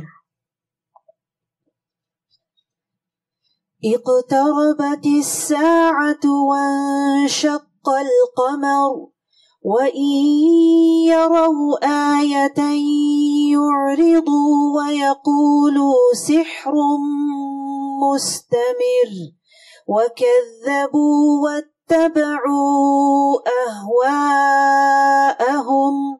وَكُلُّ أَمْرٍ مُسْتَقِرٌّ وَلَقَدْ جَاءَهُمْ مِنَ الْأَنْبَاءِ مَا فِيهِ مُزْدَجَرٌ. بسم اللہ الرحمن الرحیم. سورۃ القمر. اقتربت الساعة وانشق القمر. قیامت کی گھڑی قریب آ گئی اور چاند پھٹ گیا. یہ نبی صلی اللہ علیہ وسلم کا ایک معجزہ تھا. یہ کافر خواہ کوئی معجزہ دیکھ لیں تو اس سے منہ موڑ لیتے ہیں، یعنی پھر بھی ایمان نہیں لائے، حالانکہ انہوں نے اپنی آنکھوں کے سامنے چاند کو 2 حصوں میں پھٹتے اور پھر جڑتے ہوئے دیکھا، اور کہتے ہیں کہ یہ تو جادو ہے جو ہمیشہ سے چلا آ رہا ہے. معجزے کو جادو قرار دے دیا اور انہوں نے اسے جھٹلایا اور اپنی خواہشات ہی کی پیروی کی، جبکہ ہر کام کا ایک وقت مقرر ہے. یاد رکھیے، خواہش پرستی جو ہے یہ حق کو جھٹلانا آسان کر دیتی ہے. پھر انسان حق اور باطل کو خلط ملط کر دیتا ہے، ہدایت اور بھلائی کو دیکھ نہیں پاتا. تو ہر عمل کرنے والا جو ہے وہ کہیں نہ کہیں پہنچنے والا ہے. جیسا عمل ہوگا ویسا ہی انجام ہوگا. وَكُلُّ أَمْرٍ مُسْتَقِرٌ وَلَقَدْ جَاءَهُمْ مِنَ الْأَنْبَاءِ مَا فِيهِ مُزْدَجَرٌ حِكْمَةٌ بَالِغَةٌ فَمَا تُغْنِ النُّذُرُ. اور ان لوگوں کو پہلی قوموں کی خبریں مل چکی ہیں جن میں کافی تنبیہ ہے. ان میں کامل دانائی کی باتیں ہیں، لیکن یہ تنبیہات ان کے کسی کام نہ آئیں. لہٰذا آپ ان کی پرواہ نہ کیجیے. جس دن پکارنے والا ایک ناگوار چیز کی طرف پکارے گا، یعنی حشر کے میدان کی طرف، تو یہ لوگ سہمی نگاہوں سے اپنی قبروں سے یوں نکل آئیں گے جیسے بکھری ہوئی ٹڈیاں ہوں. اچھل کے باہر نکل کے آ جائیں گے قبروں سے. تہوں کی تہوں میں جو لوگ پڑے ہوئے ہوں گے زمین میں، جو ڈیپسٹ بھی ہوں گے، سب نکل کے باہر. خش عن ابصارہم. ان کی آنکھیں جو ہے وہ سہمی ہوئی ہوں گی، ڈرے ہوئے ہوں گے، گھبرائے ہوئے ہوں گے کہ یہ سب کیا ہو رہا ہے. تو آنکھ کا جو خشوع اور دبنا اور جھکنا ہوتا ہے نا، وہ ذلت کی علامت ہوتا ہے. مہطعین الی الداعی. وہ پکارنے والے کی طرف دوڑے جا رہے ہوں گے. اس دن کافر کہیں گے یہ دن تو بڑا کٹھن ہے. مومنوں کے لیے وہ دن آسان ہوگا، لیکن کافروں کے لیے یہ دن بڑا سخت ہوگا. نبی صلی اللہ علیہ وسلم نے قرآن مجید کی اس آیت یوم یقوم الناس لرب العالمین کے بارے میں فرمایا، نصف یوم کی مقدار 50,000 سال کے برابر ہے، اور یہ مدت مومن کے لیے بڑی معمولی ہوگی، جیسا کہ سورج ڈھلنے سے غروب ہونے تک کا وقت ہو. یعنی اتنا لمبا وقت مومن کے لیے بہت چھوٹا ہو جائے گا. قیامت کے دن کی مشقت بھی مومن کے لیے کم ہوگی. اس وقت سب لوگ پسینے کی لگام منہ میں ڈالے ہوئے ہوں گے، اور رہے مومن تو ان پر وہ زکام کی طرح ہوگا، اور کافر پر موت جیسی کیفیت طاری ہو جائے گی، موت جیسی سختی. یاد رکھیے، اگر ہم آخرت کے دن کو مانتے ہیں تو ہمیں اس دن کی تیاری کرنی چاہیے، اور اس دن کی کیفیات کا بھی پتہ ہونا چاہیے. کتنا ٹائم لگے گا، کتنی دیر میں فارغ ہو جائیں گے، کیسی کیفیت ہوگی، لوگ کیسے ہوں گے. یہ ساری معلومات قرآن مجید میں بھی ہیں، اور ان کے بارے میں کتابیں بھی لکھی گئی ہیں. تو اس لیے آخرت کا تذکرہ انسان کے اعمال کو درست کرنے کے لیے بڑا مفید رہتا ہے. جس کو آخرت کا غم لگ جاتا ہے وہ دنیا کا غم بھول جاتا ہے. اس کے نزدیک دنیا کے بڑے بڑے مسائل بہت چھوٹے ہو جاتے ہیں، بہت حقیر ہو جاتے ہیں. وہ سوچتا ہے یہ کیا مسئلہ ہے، مسئلہ تو آخرت ہے. یہ نقصان کیا ہے، اصل نقصان تو آخرت کا ہے. یہ ناکامی کیا ہے، اصل ناکامی تو وہاں ہے. تو انسان کے لیے دنیا بھی آسان ہو جاتی ہے. تو وہ کہتا کہ یہاں چند دن کے لیے ہوں، یہاں کی ہر چیز برداشت ہو سکتی. فکر کرو اس دن کی، تیاری کرو اس دن کی. کذبت قبلہم قوم نوح، ان سے پہلے نوح علیہ السلام کی قوم جھٹلا چکی ہے، انہوں نے ہمارے بندے کو جھٹلا دیا اور کہنے لگے یہ دیوانہ ہے، اور اسے جھڑک دیا اور اس کو جھڑک دیا گیا۔ یہ نبی صلی اللہ علیہ وسلم کو تسلی دینے کے لیے بتایا جا رہا ہے کہ آپ سے پہلے پیغمبروں پر بھی بڑی بڑی مشکلات گزری ہیں۔ چنانچہ انہوں نے اپنے رب سے دعا کی، انی مغلوب فانتصر، میں مغلوب ہو چکا، تو ان سے بدلہ لے لے۔ ففتحنا ابواب السماء بماء منہمر، تب ہم نے موسلا دھار بارش سے آسمان کے دروازے کھول دیے، اور زمین کو پھاڑ کر ہم نے کئی چشمے بہا دیے۔ نیچے اور اوپر کا پانی ایک ایسے کام کے لیے مل گیا جو مقدر ہو چکا تھا، اور نوح علیہ السلام کو ہم نے ایک تختوں اور کیلوں والی کشتی پہ سوار کر دیا جو انہوں نے خود ہی بنائی تھی، جو ہماری آنکھوں کے سامنے چل رہی تھی۔ یہ بدلہ اس شخص کی خاطر دیا گیا تھا جس کا انکار کیا گیا، اور اس کشتی کو ہم نے ایک نشانی بنا کر چھوڑ دیا۔ فَهَلْ مِن مُدَّكِرٍ، پھر کیا ہے کوئی نصیحت قبول کرنے والا؟ پھر دیکھ لو میرا عذاب کیسا سخت تھا اور میری تنبیہات کیسی تھیں۔ وَلَقَدْ يَسَّرْنَا الْقُرْآنَ لِلذِّكْرِ فَهَلْ مِن مُدَّكِرٍ، ہم نے اس قرآن کو نصیحت حاصل کرنے کے لیے آسان بنا دیا ہے، پھر کیا ہے کوئی جو نصیحت قبول کرے؟ قشیری کہتے ہیں کہ اللہ نے کچھ لوگوں کی زبانوں پر قرآن پڑھنے کو آسان کر دیا ہے، کچھ لوگوں کو مشقت سے پڑھنا پڑتا ہے اور کچھ آسانی سے پڑھ لیتے ہیں۔ کچھ لوگوں کے دلوں پر اس کے علم کو آسان کر دیا ہے، بڑی جلدی سمجھ جاتے ہیں مفہوم کو۔ کچھ لوگوں کے دلوں پر اس کے فہم کو آسان کر دیا، یعنی علم کو آسان کیا یعنی حفظ کر لیتے ہیں، فہم یعنی سمجھ کے پڑھتے ہیں، اور کچھ لوگوں کے دل پر اس کے حفظ کو آسان کر دیا۔ یہ سب کے سب اہل القرآن ہیں، یہ سب کے سب اللہ والے اور اس کے خاص بندے ہیں۔ تو اللہ کی کتاب انتہائی آسان ہے سمجھنے کے اعتبار سے۔ اس کے برعکس جو دنیاوی علوم ہیں ان کو سمجھنے کے لیے پہلے مزید کچھ سیکھنا پڑتا ہے، لیکن پہلی بار بھی جو قرآن کا صرف ترجمہ بھی پڑھ لیتا ہے تو اس کا ایک بڑا حصہ اس کو ڈائریکٹ سمجھ میں آ جاتا ہے یہ کیا کہا گیا۔ رہے احکام کے متعلق آیات جو ہیں ان میں مزید غور و فکر اور اس سے فقہ احکام جو ہے وہ نکالے جاتے ہیں، تو وہ ہر بندے کا کام نہیں ہوتا، لیکن قرآن جو ہے اس کو پڑھنا کوئی اور سمجھنا مشکل نہیں۔ آپ دیکھیں عربی زبان میں جو ہماری اپنی زبان نہیں، لیکن چھوٹے چھوٹے بچے اس کی ریڈنگ شروع کر دیتے ہیں، پھر جب ترجمہ یاد کرایا جائے تو وہ بھی یاد ہو جاتا ہے، پھر اسی طرح تفسیر بھی سمجھ میں آنے لگتی ہے، اپنی باتیں لگتی ہیں اس میں۔ کذبت عاد فکیف کان عذابی ونذر، قوم عاد نے بھی جھٹلایا، پھر دیکھ لو میرا عذاب اور میرا ڈرانا کیسا تھا۔ ہم نے ایک منحوس دن میں ان پر سناٹے کی آندھی چھوڑ دی جو مسلسل چلتی رہی، وہ لوگوں کو یوں اکھاڑ اکھاڑ کر پھینک رہی تھی جیسے جڑ سے اکھڑے ہوئے کھجوروں کے درخت کی جڑیں ہوں۔ پھر دیکھ لو میرا عذاب اور میرا ڈرانا کیسا رہا۔ یاد رکھیے کہ اللہ کے عذاب اور اللہ کے ڈراوے سے انسان کو ڈرتے ہی رہنا چاہیے، اور اس کے لیے فکر کے ساتھ ساتھ دعا بھی کرنی چاہیے، خاص طور پر یہ دعا، اللہم انی اعوذ برضاک من سخطک وبمعافاتک من عقوبتک، اے اللہ میں پناہ مانگتا ہوں تیری رضا کے ذریعے تیری ناراضگی سے، تیری معافی کے ذریعے سے تیری سزا سے۔ اللہ تو معاف کر دینا، سزا نہ دینا۔ وَلَقَدْ يَسَّرْنَا الْقُرْآنَ لِلذِّكْرِ فَهَلْ مِن مُدَّكِرٍ، اور ہم نے اس قرآن کو نصیحت حاصل کرنے کے لیے آسان بنا دیا، پھر کیا ہے کوئی نصیحت حاصل کرنے والا؟ قوم ثمود نے بھی ڈرانے والوں کو جھٹلایا، وہ کہنے لگے کیا ہم اپنے ہی میں سے ایک اکیلے آدمی کی پیروی کرنے لگے؟ تب تو ہم گمراہی اور دیوانگی میں پڑ گئے۔ کیا ہم میں سے یہی شخص رہ گیا تھا جس پر ذکر نازل کیا گیا؟ نہیں، بلکہ وہ کذاب اور متکبر ہے۔ یہ لوگ کل ہی جان لیں گے کہ کذاب اور متکبر کون تھا۔ اے سالے، ہم اونٹنی کو ان کے لیے آزمائش بنا کر بھیج رہے ہیں، تم صبر کے ساتھ ان کے انجام کا انتظار کرو، اور انہیں آگاہ کر دو کہ پانی ان کے اور اونٹنی کے درمیان تقسیم ہوگا، ہر ایک اپنی باری پر پانی پر آئے گا۔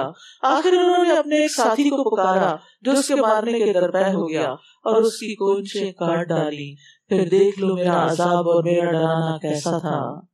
ہم نے ان پر ایک ہی گرجدار آواز بھیجی تو وہ یوں ہو گئے جیسے کسی باڑ لگانے والے کی سوکھی اور ٹوٹی ہوئی باڑ ہو. ہم نے اس قرآن کو نصیحت حاصل کرنے کے لیے آسان بنا دیا، پھر کیا ہے کوئی جو نصیحت قبول کرے؟ کذبت قوم لوط بالنذر، قوم لوط نے بھی ڈرانے والوں کو جھٹلایا تو ہم نے ان پر پتھر برسائے، مگر لوط کے گھر والوں کو ہم نے سحری کے وقت بچا کر نکال دیا. یہ ہماری طرف سے احسان تھا اور ہم شکر کرنے والے کو ایسی ہی جزا دیتے ہیں. لوط نے انہیں ہماری گرفت سے یقیناً ڈرایا تھا، مگر وہ اس تنبیہ کو مشکوک سمجھ کر باتیں بناتے رہے، پیغمبر کی بات پہ یقین نہیں کیا اور ان سے ان کے مہمانوں کا مطالبہ کرنے لگے. تو ہم نے ان کی آنکھوں کو بے نور بنا دیا، اندھا کر دیا ان کو، اور کہا اب میرے عذاب اور میری تنبیہ کا مزہ چکھو. اور صبح سویرے ہی انہیں ایک نہ ٹلنے والے عذاب نے آ گھیرا. تو ہم نے کہا اب میرے عذاب اور میری تنبیہ کا مزہ چکھو. وَلَقَدْ يَسَّرْنَا الْقُرْآنَ لِلذِّكْرِ فَهَلْ مِن مُدَّكِرٍ، اور ہم نے اس قرآن کو نصیحت حاصل کرنے کے لیے آسان بنا دیا، پھر کیا ہے کوئی جو نصیحت حاصل کرنے والا ہو. آل فرعون کے ہاں بھی ڈرانے والے آئے تھے، انہوں نے ہماری سب نشانیوں کو جھٹلا دیا تو ہم نے انہیں کسی زبردست اور صاحب قدرت کی گرفت کی طرح پکڑ لیا. اے اہل مکہ، کیا تمہارے کافر ان لوگوں سے بہتر ہیں؟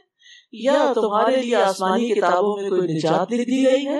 کیا وہ یہ کہتے ہیں کہ ہم ایک انتقام لینے والی جماعت ہیں؟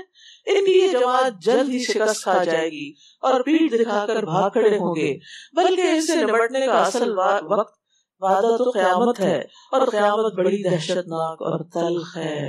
وَلِلسَّاعَةُ مَوْعِدُهُمْ وَالسَّاعَةُ أَدْهَىٰ وَأَمَرُّ إِنَّ الْمُجْرِمِينَ فِي ضَلَالٍ وَسُعُرٍ. بلا شبہ مجرم لوگ گمراہی اور دیوانگی میں پڑے ہیں. جس دن یہ دوزخ میں اپنے منہ کے بل گھسیٹے جائیں گے تو ان سے کہا جائے گا اب چکھو جہنم کی لپٹ کا مزہ. اِنَّا كُلَّ شَيْءٍ خَلَقْنَاهُ بِقَدَرٍ وَمَا أَمْرُنَا إِلَّا وَاحِدَةٌ كَلَمْحٍ بِالْبَصَرِ. بلا شبہ ہم نے ہر چیز کو ایک مقدار سے پیدا کیا ہے، یعنی ہر چیز کا ایک اندازہ رکھا اور اس کے مطابق وہ پیدا کی گئی ہے، نہ وہ ضرورت سے زیادہ ہے نہ کم ہے. اور ہمارا حکم بس ایک ہی دفعہ کہنے پر اتنی جلدی ظہور پذیر ہو جاتا ہے جیسے آنکھ کی جھپک. اللہ تعالیٰ جب کن کہتے ہیں تو آنکھ جھپکنے سے بھی پہلے وہ کام ہو چکا ہوتا ہے. وَلَقَدْ أَهْلَكْنَا أَشْيَاءَكُمْ فَهَلْ مِن مُدَّكِرٍ، اور تمہارے جیسی تو بہت سی قوموں کو ہم ہلاک کر چکے ہیں، تو پھر کیا کوئی ہے نصیحت حاصل کرنے والا. وَكُلُّ شَيْءٍ فَعَلُوهُ فِي الزُّبُرِ وَكُلُّ صَغِيرٍ وَكَبِيرٍ مُسْتَطَرٍ. اور جو کچھ بھی انہوں نے کیا ہے سب اعمال ناموں میں درج ہے، سب کچھ لکھا ہوا ہے، چھوٹا بڑا، اور ہر چھوٹی اور بڑی بات لکھی ہوئی موجود ہے. اس کا مطلب لکھی ہوئی مستقر. ان المتقین فی جنات ونہر فی مقعد صدق عند ملیک مقتدر. بلا شبہ پرہیزگار لوگ باغوں اور نہروں میں ہوں گے، قادر مطلق بادشاہ کے پاس عزت کے مقام میں ہوں گے. اللہ ہمیں بھی ان میں شامل کر لے. بسم اللہ الرحمن الرحیم. سورۃ الرحمن. الرحمن علم القرآن خلق الإنسان علمه البيان الشمس والقمر بحسبان والنجم والشجر يسجدان والسماء رفعها ووضع الميزان ألا تطغوا في الميزان. شروع کرتی ہوں اللہ کے نام سے جو بے انتہا مہربان نہایت رحم فرمانے والا ہے.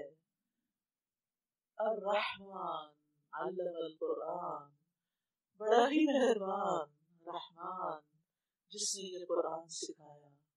کس کو سکھایا؟ سب سے پہلے جبریل کو، اور پھر جبریل کے ذریعے محمد صلی اللہ علیہ وسلم کو، اور پھر محمد صلی اللہ علیہ وسلم کے ذریعے صحابہ کرام کو، اور پھر اس کے بعد نسل در نسل اللہ نے آج ہمیں بھی سعادت بخشی اور ہمیں بھی اس کو سیکھنے کا موقع عطا کیا، تو یہ رحمان کی خاص رحمت ہے۔ یہ صورت نعمتوں کو شمار کرنے کے لیے آئی ہے جو اللہ نے اپنے بندے پر انعام فرمائی ہے۔ تو سب سے پہلے اللہ نے اس نعمت کو بیان کیا جو سب سے بڑی اور سب سے زیادہ نفع دینے والی اور انجام کے اعتبار سے سب سے زیادہ عظیم ہے، بہترین ہے، اور وہ قرآن کی تعلیم کی نعمت ہے۔ ہم دنیا کی باقی نعمتوں کی طرف بھاگتے دوڑتے رہتے ہیں، قرآن ہمیں اپنی طرف بلاتا ہے اور ہم پرواہ نہیں کرتے۔ تو جو شخص یہ چاہتا ہے کہ اس پر نعمتیں تمام ہوں، اسے قرآن کی طرف توجہ کرنا چاہیے اور اس کو سیکھنا چاہیے، کیونکہ یہ رحمان کا سکھایا ہوا ہے۔ رحمان کی رحمت کا تقاضا ہے کہ وہ بندوں کو قرآن کی تعلیم دے، اور اس نے اس کا بندوبست بھی کر دیا۔ اور الحمدللہ آپ لوگ خوش قسمت ہیں کہ جہاں سیکھنے والے اور سکھانے والے موجود ہیں۔ صرف آپ کی اپنی نیت اور ارادہ اور آپ کا شوق ہونا چاہیے کہ آپ اپنے حالات اور اپنی ذمہ داریوں کے مطابق قرآن کی تعلیم حاصل کرنے کی کوئی بھی جو کورسز ہیں ان کو حاصل کر سکے۔ جی، یعنی جیسے ویک ڈیز میں بھی ہیں، ویکینڈ پہ بھی ہیں، انگلش میں بھی ہیں، اردو میں بھی ہیں، بچوں کے لیے بھی ہیں، بڑوں کے لیے بھی ہیں۔ تو اس لیے آپ دیکھیے کہ آپ کو کیا سوٹ کرتا ہے، آپ تلاش کیجئے کہ آپ کا وقت کہاں زیادہ بہتر گزر سکتا ہے، لیکن دنیا سے ایسے نہ جائیے کہ آپ کو قرآن سمجھ میں نہ آئے۔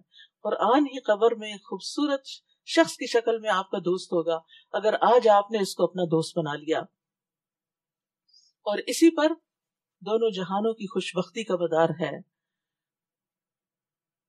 اس نعمت کے بعد تخلیق کی نعمت کا ذکر کیا، خلق الانسان، انسان کو پیدا کیا، یعنی خود ہمارا وجود بھی ایک نعمت ہے ہمارے لیے کہ ہم ایگزسٹ کرتے ہیں تو یہ نعمتوں سے فائدہ اٹھاتے ہیں، لیکن خلق سے پہلے بھی علم پہلے، خلق بعد میں، پھر علمہ البیان، پھر اسے بات کرنا سکھایا، یعنی بولنا سکھایا۔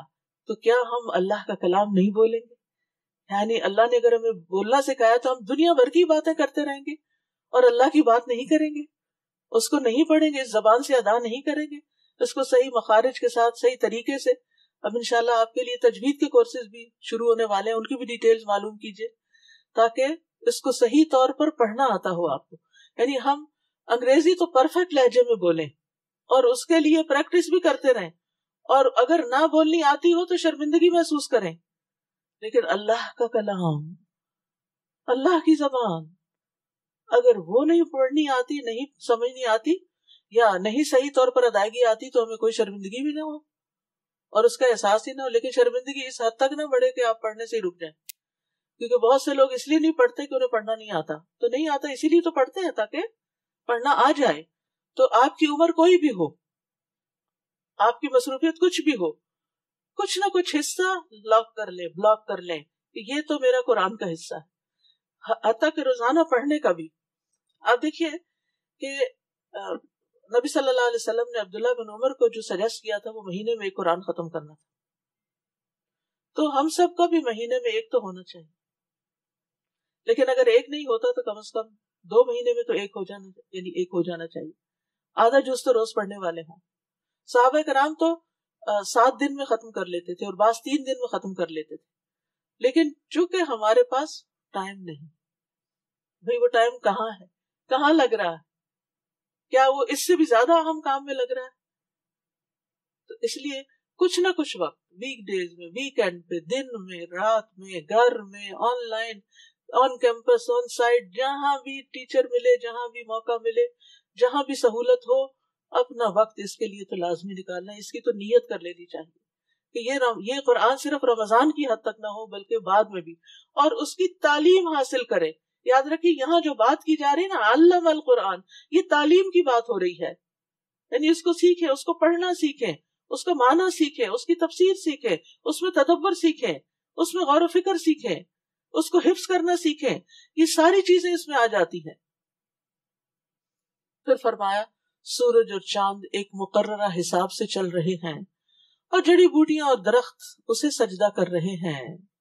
اس نے آسمان کو بلند کیا اور ترازو بنا دی تاکہ تم تولنے میں زیادتی نہ کرو، اور وزن کو انصاف سے تولو اور ترازو میں ڈنڈی نہ مارو، یعنی دوسروں کے ساتھ انصاف کرو، عدل سے کام لو، کیونکہ ناپ تول امانت ہے۔ ناپ تول میں کمی سے انسانوں کی یعنی دنیا بھی اور آخرت بھی برباد ہو جاتی ہے، جیسے ویل للمطففین سورت کے شروع میں آیا ہے کہ ناپ تول میں کمی کرنے والوں کے لیے ہلاکت ہے۔ تو اسی طرح خرید و فروخت میں ملاوٹ سے بھی بچنا چاہیے، کیونکہ وہ بھی اصل چیز میں کمی کرنے کے مترادف ہے۔ اور زمین کو اس نے ساری مخلوق کے لیے بنایا، صرف انسانوں کے لیے نہیں ہے، اس پہ سب کا حق ہے، اس لیے زمین کو سب کے جینے کے لیے چھوڑیں، اس کے ریسورسز کو اس طرح مس یوز نہ کریں کہ وہ رہنے کے قابل ہی نہ رہے، جس میں ہر طرح کے پھل ہیں اور کھجور کے درخت بھی جن کے خوشوں پر غلاف ہوتے ہیں، اتنا پروٹیکٹڈ اللہ تعالیٰ ان کو ہمارے لیے تیار کرتے ہیں، اور اناج بھوسی والا اور خوشبودار پھول بھی۔ بس اے جن و انس، تم اپنے رب کی کون کون سی نعمتوں کو جھٹلاؤ گے؟ والحب ذو العصف والریحان فبأي آلاء ربكما تكذبان۔ تو یہاں ایک سوال بھی ہے، تم اپنے رب کی کون کون سی نعمتوں کا انکار کرو گے؟ نبی صلی اللہ علیہ وسلم نے فرمایا، میں نے جنوں کی رات ان پر سورۃ رحمان پڑھی تو وہ تم سے بہتر جواب دینے والے تھے۔ جب میں اس آیت پر آتا فَبِأَيِّ آلَاءِ رَبِّكُمَا تُكَذِّبَانِ تو وہ جواب دیتے، لا بِشَيْءٍ مِّن نِّعَمِكَ رَبَّنَا نُكَذِّبُ فَلَكَ الْحَمْدُ لا بِشَيْءٍ مِّن نِّعَمِكَ رَبَّنَا نُكَذِّبُ فَلَكَ الْحَمْدُ۔ اے ہمارے رب، ہم تیری نعمتوں میں سے کسی چیز کو بھی نہیں جھٹلاتے، ساری تعریف تیرے لیے۔ اگر عربی میں جواب نہیں بھی آتا تو آپ اردو میں بھی دل میں کہہ سکتے، اللہ ہم کسی چیز کو نہیں جھٹلاتے، ہم ساری نعمتوں کا اقرار کرتے ہیں۔ خلق الانسان من صلصال کالفخار، اس نے انسان کو ٹھیکری کی طرح بجنے والی مٹی سے پیدا کیا۔ وخلق الجان من مارج من نار، اور جنوں کو آگ کے شعلے سے پیدا کیا۔ فبأي آلاء ربكما تكذبان، پھر تم اپنے رب کی کون کون سی نعمتوں کو جھٹلاؤ گے؟ کسی کو بھی نہیں۔ وہ دونوں مشرقوں کا بھی مالک ہے اور دونوں مغربوں کا بھی۔ پھر تم اپنے رب کی کون کون سی نعمتوں کو جھٹلاؤ گے؟ مرج البحرین یلتقیان، اس نے دو دریا رواں کیے جو باہم ملتے ہیں، پھر بھی ان کے درمیان ایک پردہ ہے، وہ اپنی حد سے تجاوز نہیں کرتے۔ یعنی دو مختلف رنگوں کے دریا اکٹھے ساتھ ساتھ بہ رہے ہوتے ہیں، اختلاف کے باوجود ساتھ چلتے ہیں، ایک دوسرے کے ساتھ زیادتی نہیں کرتے۔ پھر تم اپنے رب کی کون کون سی نعمتوں کو جھٹلاؤ گے؟ ان دونوں دریاؤں سے موتی اور مرجان نکلتے، دونوں کا اپنا اپنا فائدہ ہے۔ بس تم اپنے رب کی کون کون سی نعمتوں کو جھٹلاؤ گے؟ اور سمندر میں جو جہاز پہاڑوں کی طرح اونچے اٹھے ہوئے ہیں، یہ سب اسی کے ہیں۔ فَبِأَيِّ آلَاءِ رَبِّكُمَا تُكَذِّبَانِ كُلُّ مَنْ عَلَيْهَا فَانٍ، اس زمین پر موجود ہر چیز فنا ہونے والی ہے، سب ختم ہو جائے گا۔ وَيَبْقَى وَجْهُ رَبِّكَ ذُو الْجَلَالِ وَالْإِكْرَامِ، اور آپ کے رب کا چہرہ ہی باقی رہ جائے گا۔ بس تم اپنے رب کی کون کون سی نعمتوں کو جھٹلاؤ گے؟ آسمانوں اور زمین میں جو مخلوق بھی موجود ہے، سب اسی سے اپنی حاجات مانگتے ہیں، وہ ہر روز ایک نئی شان میں ہے۔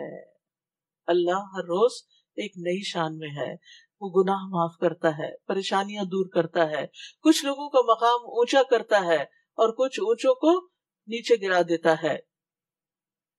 ہر روز وہ اپنی مخلوقات کی شکوے سنتا ہے۔ زمین اور آسمان والے اس سے بے نیاز نہیں ہو سکتے، اسی نے زندگی بخشی، وہی موت دیتا ہے، وہی پالتا ہے اور وہی فریاد رسی کرتا ہے۔ ہر روز اللہ تعالیٰ کی تجلیات مختلف طرح کی ہوتی ہیں، اس لیے انسان کو کبھی بھی مایوس نہیں ہونا چاہیے۔ جو لوگ اللہ کو پہچانتے ہیں وہ صرف اسی پر بھروسہ رکھتے ہیں، جو صبح کرتے ہیں تو دیکھتے ہیں کہ اللہ ان کے ساتھ کیا معاملہ فرمائے گا، جب شام کرتے ہیں تو بھی اسی کو پیش نظر رکھتے ہیں کہ اب دیکھیں کیا ہوتا ہے۔ وہ اپنے عام اوقات میں اللہ کی مرضی کے مطابق چلتے ہیں، کیونکہ وہ جانتے ہیں اور اسی سے امیدیں رکھتے ہیں دعاؤں کی قبولیت کی، کیونکہ وہ جانتے ہیں کہ سارے کا سارا اختیار کسی اور کے ہاتھ میں ہے، ان کا اپنا اختیار کچھ نہیں۔ فَبِأَيِّ آلَاءِ رَبِّكُمَا تُكَذِّبَانِ، پھر تم اپنے رب کی کون کون سی نعمتوں کو جھٹلاؤ گے؟ اے دونوں جماعتوں، ہم عنقریب تمہارے لیے فارغ ہوں گے. یہ ایک طرح سے ڈانٹ ہے، یعنی تمہارے حساب کے لیے. پھر تم اپنے رب کی کون کون سی نعمتوں کو جھٹلاؤ گے؟ اے جنوں اور انسانوں کے گروہ، اگر تم آسمانوں اور زمین کے کناروں سے نکل کر بھاگ سکتے ہو تو بھاگ دیکھو. تم انتہائی زور کے بغیر نہیں نکل سکو گے. پھر تم اپنے رب کی کون کون سی نعمتوں کو جھٹلاؤ گے؟ تم پر آگ کے شعلے اور سخت گرم دھواں چھوڑ دیا جائے گا. پھر تم اپنا بچاؤ نہ کر سکو گے. بس تم اپنے رب کی کون کون سی نعمتوں کو جھٹلاؤ گے؟ جس وقت آسمان پھٹ جائے گا تو تلچھٹ کی طرح سرخ ہو جائے گا. فَبِأَيِّ آلَاءِ رَبِّكُمَا تُكَذِّبَانِ. بس تم اپنے رب کی کون کون سی نعمتوں کو جھٹلاؤ گے؟ اس دن کسی انسان یا جن سے اس کے گناہ کے بارے میں نہیں پوچھا جائے گا کہ اس نے کیا تھا یا نہیں کیا تھا اور کیوں کیا تھا. بس تم اپنے رب کی کن کن نعمتوں کو جھٹلاؤ گے؟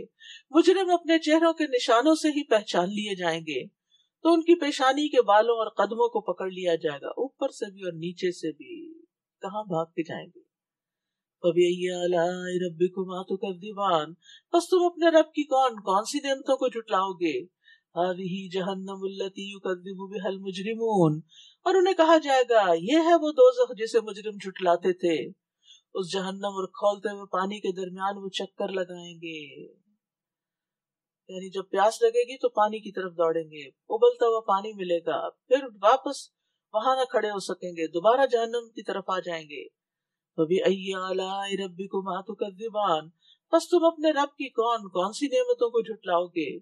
اور جو شخص اپنے رب کے سامنے کھڑا ہونے سے ڈرتا رہا اس کے لیے دو باغ ہوں گے، اللہ کا ڈر، اللہ کا تقوی.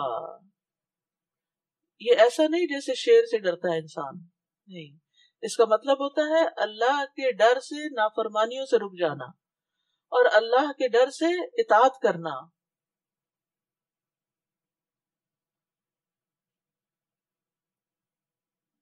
فَبِأَيِّ آلَاءِ رَبِّكُمَا تُكَذِّبَانِ. بس تم اپنے رب کی کون کون سی نعمتوں کو جھٹلاؤ گے؟ ذَوَاتَا أَفْنَانٍ. وہ دونوں باغ لمبی لمبی اور بڑی بڑی شاخوں والے ہوں گے، کیا حسن ہوگا ان کا. بس تم اپنے رب کی کون کون سی نعمتوں کو جھٹلاؤ گے؟ ان دونوں باغوں میں دو چشمے جاری ہوں گے. فَبِأَيِّ آلَاءِ رَبِّكُمَا تُكَذِّبَانِ. بس تم اپنے رب کی کون کون سی نعمتوں کو جھٹلاؤ گے؟ ان دونوں میں ہر پھل کی دو قسمیں ہوں گی. بس تم اپنے رب کی کون کون سی نعمتوں کو جھٹلاؤ گے؟ جنتی لوگ ایسے بچھونوں پر تکیے لگائے ہوئے ہوں گے جن کے استر موٹے ریشم کے ہوں گے، اور ان دونوں باغوں کے پکے ہوئے پھل لٹک رہے ہوں گے. فَبِأَيِّ آلَاءِ رَبِّكُمَا تُكَذِّبَانِ. بس تم اپنے رب کی کن کن نعمتوں کو جھٹلاؤ گے؟ ان باغوں میں نگاہ نیچی رکھنے والی عورتیں ہوں گی، نگاہ نیچی رکھنے والی، غض بصر کرنے والی، جنہیں اس سے پہلے کسی انسان یا جن نے چھوا تک نہ ہوگا. فَبِأَيِّ آلَاءِ رَبِّكُمَا تُكَذِّبَانِ. بس تم اپنے رب کی کن کن نعمتوں کو جھٹلاؤ گے؟ كَأَنَّهُنَّ الْيَاقُوتُ وَالْمَرْجَانُ. وہ ایسے ہوں گے جیسے ہیرے اور مرجان. بس تم اپنے رب کی کن کن نعمتوں کو جھٹلاؤ گے؟ کیا احسان کا بدلہ احسان کے سوا کچھ اور بھی ہو سکتا ہے؟ یعنی یہ تو ایک ضابطہ ہے، ایک اصول ہے جو نیک کے لیے بھی ہے، بد کے لیے بھی، کہ احسان کا بدلہ احسان ہی ہوتا ہے. نیکی کر، نیکی کا بدلہ نیکی ہی. بس تم اپنے رب کی کن کن نعمتوں کو جھٹلاؤ گے؟ اور ان دو باغوں کے علاوہ دو باغ اور بھی ہوں گے. بس تم اپنے رب کی کن کن نعمتوں کو جھٹلاؤ گے؟ یہ دونوں گہرے سبز ہوں گے. بس تم اپنے رب کی کن کن نعمتوں کو جھٹلاؤ گے؟ ان دونوں میں دو چشمے ہوں گے فوارے کی طرح ابلتے ہوئے. بس تم اپنے رب کی کن کن نعمتوں کو جھٹلاؤ گے؟ ان دونوں میں پھل، کھجورے اور انار ہوں گے. بس تم اپنے رب کی کن کن نعمتوں کو جھٹلاؤ گے؟ ان دونوں میں خوبصورت اور خوبصورت عورتیں ہوں گی. بس تم اپنے رب کی کن کن نعمتوں کو جھٹلاؤ گے؟ وہ خوبصورت آنکھوں والی اور خیموں میں رکی رہنے والی ہوں گی. یہاں جنت کی عورتوں کی بھی خوبی یہ بتائی گئی کہ وہ خیموں میں رکی ہوئی ہوگی، ادھر ادھر گھومتی پھرتی نہیں ہوگی. بس تم اپنے رب کی کن کن نعمتوں کو جھٹلاؤ گے؟ لم یطمثہن انس قبلہم ولا جان. انہیں اس سے پہلے کسی انسان یا جن نے چھوا تک نہ ہوگا. فَبِأَيِّ آلَاءِ رَبِّكُمَا تُكَذِّبَانِ. بس تم اپنے رب کی کن کن نعمتوں کو جھٹلاؤ گے؟ جنتی لوگ سبز اور نفیس و نادر قالینوں پر تکیہ لگائے ہوئے ہوں گے. پس تم اپنے رب کی کن کن نعمتوں کو جھٹلاؤ گے؟ آپ کا رب جو بڑی بزرگی اور عزت والا ہے اور اس کا نام بھی بڑا ہی بابرکت ہے۔ تبارک اسم ربک ذی الجلال والاکرام، بہت بابرکت ہے آپ کے رب کا نام جو بزرگی اور عزت والا ہے۔ اس سے یہ پتہ چلتا ہے کہ انسان کو اللہ کا ذکر کرنے کے علاوہ جس کام کا بھی آغاز کرے یا ابتدا کرے اس میں بسم اللہ پڑھے۔ سورۃ الواقعہ۔ اذا وقعت الواقعة ليس لوقعتها كاذبة خافضة رافعة اذا رجت الارض رجا وبست الجبال بسا فكانت هباء منبثا وكنتم أزواجا ثلاثة فأصحاب الميمنة ما أصحاب الميمنة وأصحاب المشأمة ما أصحاب المشأمة والسابقون السابقون أولئك المقربون في جنات النعيم۔ بسم اللہ الرحمن الرحیم۔ سورۃ الواقعہ۔ اذا وقعت الواقعہ، جب واقع ہونے والی قیامت واقع ہو جائے گی۔ اس سورت کا نام واقعہ رکھا گیا کہ لازمی پیش آنے والا واقعہ ہے اور اس کا واقع ہونا قریب ہے، اور اس میں جو سختیاں واقع ہوں گی وہ بھی بڑی شدید ہوں گی۔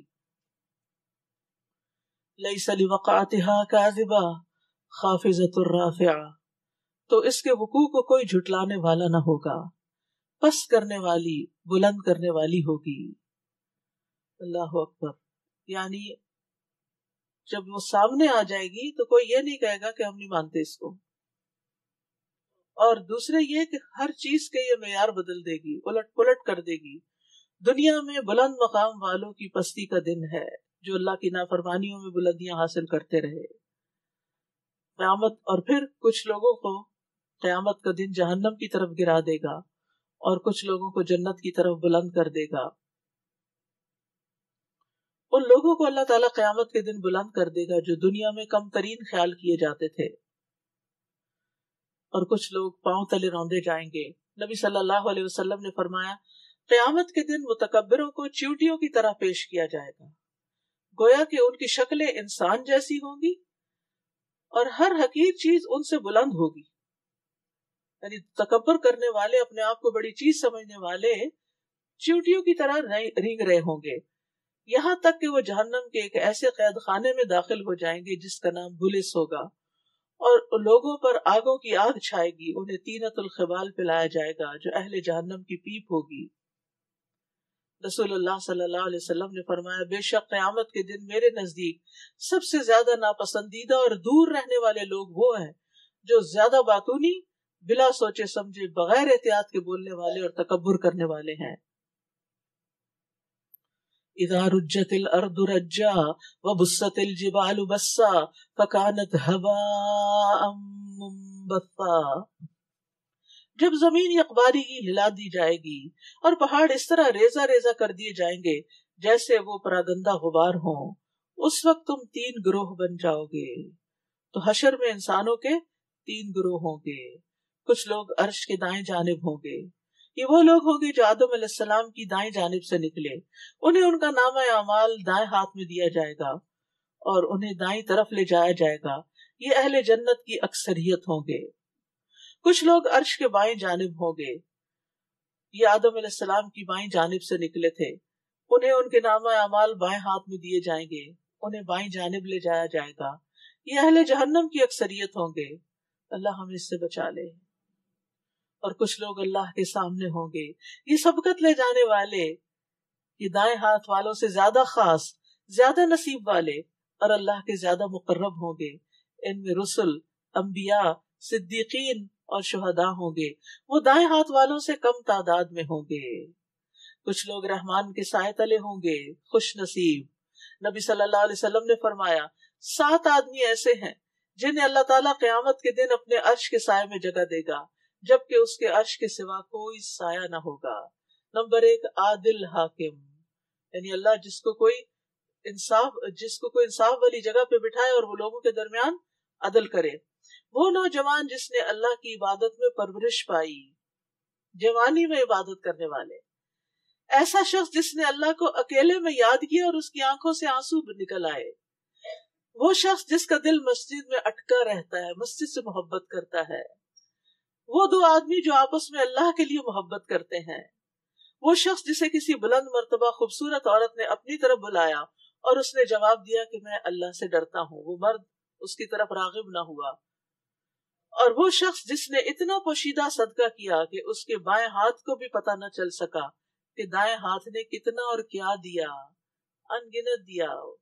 تو اس میں اگر آپ کو بہت مال نہیں بھی نا تو آپ کیا کر سکتے ہیں، کوائنس کٹھے کرتے رہے، صدقہ باکس بنا لے گھر میں اور پھر آپ ان کو گنے بغیر اکٹھے لا کے ڈال دیں تو کیا ہوگا، انگنت، بے حساب. اور خود بھی آپ کو نہیں پتا آپ نے کیا خرچ کیا اور کسی اور کو بھی نہ پتا چلے. پھر اسی طرح کچھ لوگ سونے کے منبر پر ہوں گے، یعنی دائیں اور بائیں اور آگے والوں کے علاوہ کچھ اور لوگوں کی بڑی خاص شان ہوگی. رسول اللہ صلی اللہ علیہ وسلم نے فرمایا مہاجرین کے لیے قیامت کے دن سونے کے منبر ہوں گے، وہ ان پر بیٹھیں گے اور ہر قسم کی گھبراہٹ سے امن میں ہوں گے. انہیں اس دن کوئی گھبراہٹ ہی نہیں ہوگی. دنیا میں انہوں نے بہت گھبراہٹیں دیکھی اور بہت خوف میں وقت گزارا. پھر اسی طرح نبی صلی اللہ علیہ وسلم نے فرمایا قیامت کے دن اللہ کے نزدیک بہترین بندے وہ ہوں گے جو اچھے انداز میں ادائیگی کرتے ہیں، جو کچھ انہیں دینا ہوتا ہے بہترین انداز میں دیتے ہیں. اور انتہائی شریر لوگ کون ہوں گے؟ قیامت کے دن بدترین لوگ کون ہوں گے؟ قیامت کے دن بدترین لوگ وہ ہوں گے جن کے شر سے ڈر کر لوگ ان سے ملنا چھوڑ دیں گے. آپ دیکھیے خاندانوں میں بھی ایسے لوگ ہوتے ہیں کہ جو لوگوں کو اتنا تنگ کرتے ہیں، اتنا ذلیل کرتے ہیں کہ بالآخر لوگ کہتے ہیں کہ اب بس ہو گئی، اب ان کے سامنے نہ ہی آؤ. بعض اوقات بےہودہ مذاق کرتے ہیں، بعض اوقات نقلیں اتارتے ہیں، بعض اوقات تانے دیتے ہیں. ہم سب کو ایسی بری عادتوں اور برے اخلاق سے بچنا چاہیے کیونکہ ایسے لوگ دنیا میں بھی بدترین ہیں تو قیامت کے دن بھی بدترین ہوں گے. اللہ تعالیٰ ان چیزوں کو اللہ ہماری ان عادتوں سے کو نکال دے ہمارے اندر سے کہ ہم کسی پر ہنسے یا کسی کو تکلیف دیں. نبی صلی اللہ علیہ وسلم نے فرمایا قیامت کے دن لوگوں میں سے بدترین آدمی اس کو پاؤ گے جو 2 رخا ہو. وہ لوگوں کی بات ان تک پہنچاتا ہے اور ان کی بات ان تک پہنچاتا ہے، ادھر کی ادھر لگاتا ہے جا کے. کچھ لوگ ایسے ہوں گے جن سے اللہ تعالیٰ کلام بھی نہیں کرے گا. بہرحال ہر طرح کے لوگ ہوں گے جو اس دن حشر کے میدان میں اپنے اپنے عمل کے مطابق مقام دیے جائیں گے.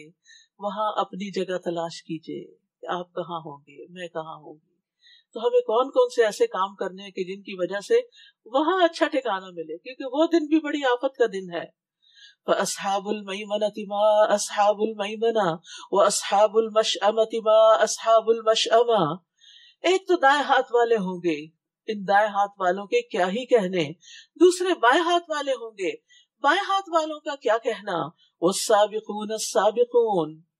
اور تیسرے سبقت کرنے والے تو بہرحال سبقت کرنے والے ہیں، آگے جانے والے تو آگے جانے والے. دنیا میں بھی نیکیوں میں آگے جاتے تھے تو آخرت میں بھی آگے آگے ہوں گے. جو دنیا میں سبقت کرے وہ آخرت میں بھی سبقت لے جائے گا. جیسا کرو گے ویسا بھرو گے. اولئک المقربون. یہی لوگ مقرب ہیں جو نعمتوں والے باغوں میں ہوں گے. پہلوں میں سے بہت ہوں گے، پچھلوں میں سے کم ہوں گے. اللہ اکبر. سونے اور جواہر سے بنے ہوئے تختوں پر آرام کر رہے ہوں گے، آمنے سامنے تکیے لگائے ہوئے ہوں گے. ریلیکس، کوئی کام نہیں ہے، اب صرف مزے ہی مزے ہیں. ہمیشہ نوجوان رہنے والے خدمت گار لڑکے ان کے پاس دوڑتے پھرتے رہیں گے بھری شراب کے جام و ساغر اور آب خوروں کے ساتھ. اس شراب سے نہ تو انہیں سر درد ہوگا اور نہ عقل میں فطور آئے گا. انہیں وہ پھل کھانے کو ملیں گے جنہیں وہ پسند کریں گے. کھانے میں سب سے پہلے پھلوں کا ذکر ہے کیونکہ کھانوں میں سب سے فائدہ مند اور بہترین غذا پھل ہیں. نہیں، اس پرندوں کا گوشت جو بھی وہ چاہیں گے، جس پرندے کا بھی وہ چاہیں گے، ساری ورائٹی ہوگی ان کی خواہش پر، کیونکہ دنیا میں انہوں نے اپنی خواہشات کو کنٹرول کیا تھا. اور بڑی بڑی آنکھوں والی حوریں ہوں گی جیسے چھپا کر رکھے ہوئے موتی. یہ ان اعمال کا بدلہ ہوگا جو وہ کرتے رہے. وہاں نہ تو وہ کوئی بےہودہ بات سنیں گے اور نہ ہی کوئی گناہ کی بات. جو لوگ دنیا میں بےہودگی سے بچتے ہیں کیونکہ ان کو پسند نہیں، اللہ ان کو قیامت کے دن بھی بچائے گا. وہ بس ایک دوسرے کو سلام ہی سلام کہا کریں گے، ہر ایک سے سلامتی ہی ہوگی، اچھی بات ہی سننے کو ملے گی. اور دائیں ہاتھ والے کیا خوش نصیب ہیں، دائیں ہاتھ والے جو بے خار بیریوں میں ہوں گے، ایک دوسرے پر تہ بتہ چڑھے ہوئے کیلوں، دور تک پھیلی ہوئی چھاؤں، پانی کی آبشاروں اور با افراد پھلوں میں ہوں گے. جنت کے پھلوں میں سے بیری کا پھل بھی ہے، بیری کا درخت بھی ہے جنت کے درختوں میں. اور یہ درخت بڑا مبارک ہے، اس درخت کو کاٹنے سے منع کیا گیا ہے، کیونکہ اس میں پھل بھی ہے اور اس میں لوگوں کے لیے علاج بھی ہے. ابن بطال کہتے ہیں کہ وہب بن منبہ نے اپنی کتاب میں یہ لکھا ہے کہ سبز بیری کے 7 پتے لے کر اسے 2 پتھروں کے درمیان کوٹ لیں، 7 پتے کوٹ لیں اور اسے پانی میں ملا دیں. پھر اس پانی پر آیت الکرسی اور 3 قل پڑھیں، اس میں سے 3 گھونٹ پی لیں، باقی سے غسل کر لیں. یہ بیماری کو ختم کر دے گا اور یہ اس شخص کے لیے بھی فائدہ مند ہے جو جادو کی وجہ سے حق کے زوجیت ادا نہ کر سکے. تو بہرحال بیری کے پتوں سے علاج معروف علاج ہے جو انسان کو نظر، جادو، روحانی بیماریاں اور ویسے بھی بیماریوں میں فائدہ دیتا ہے.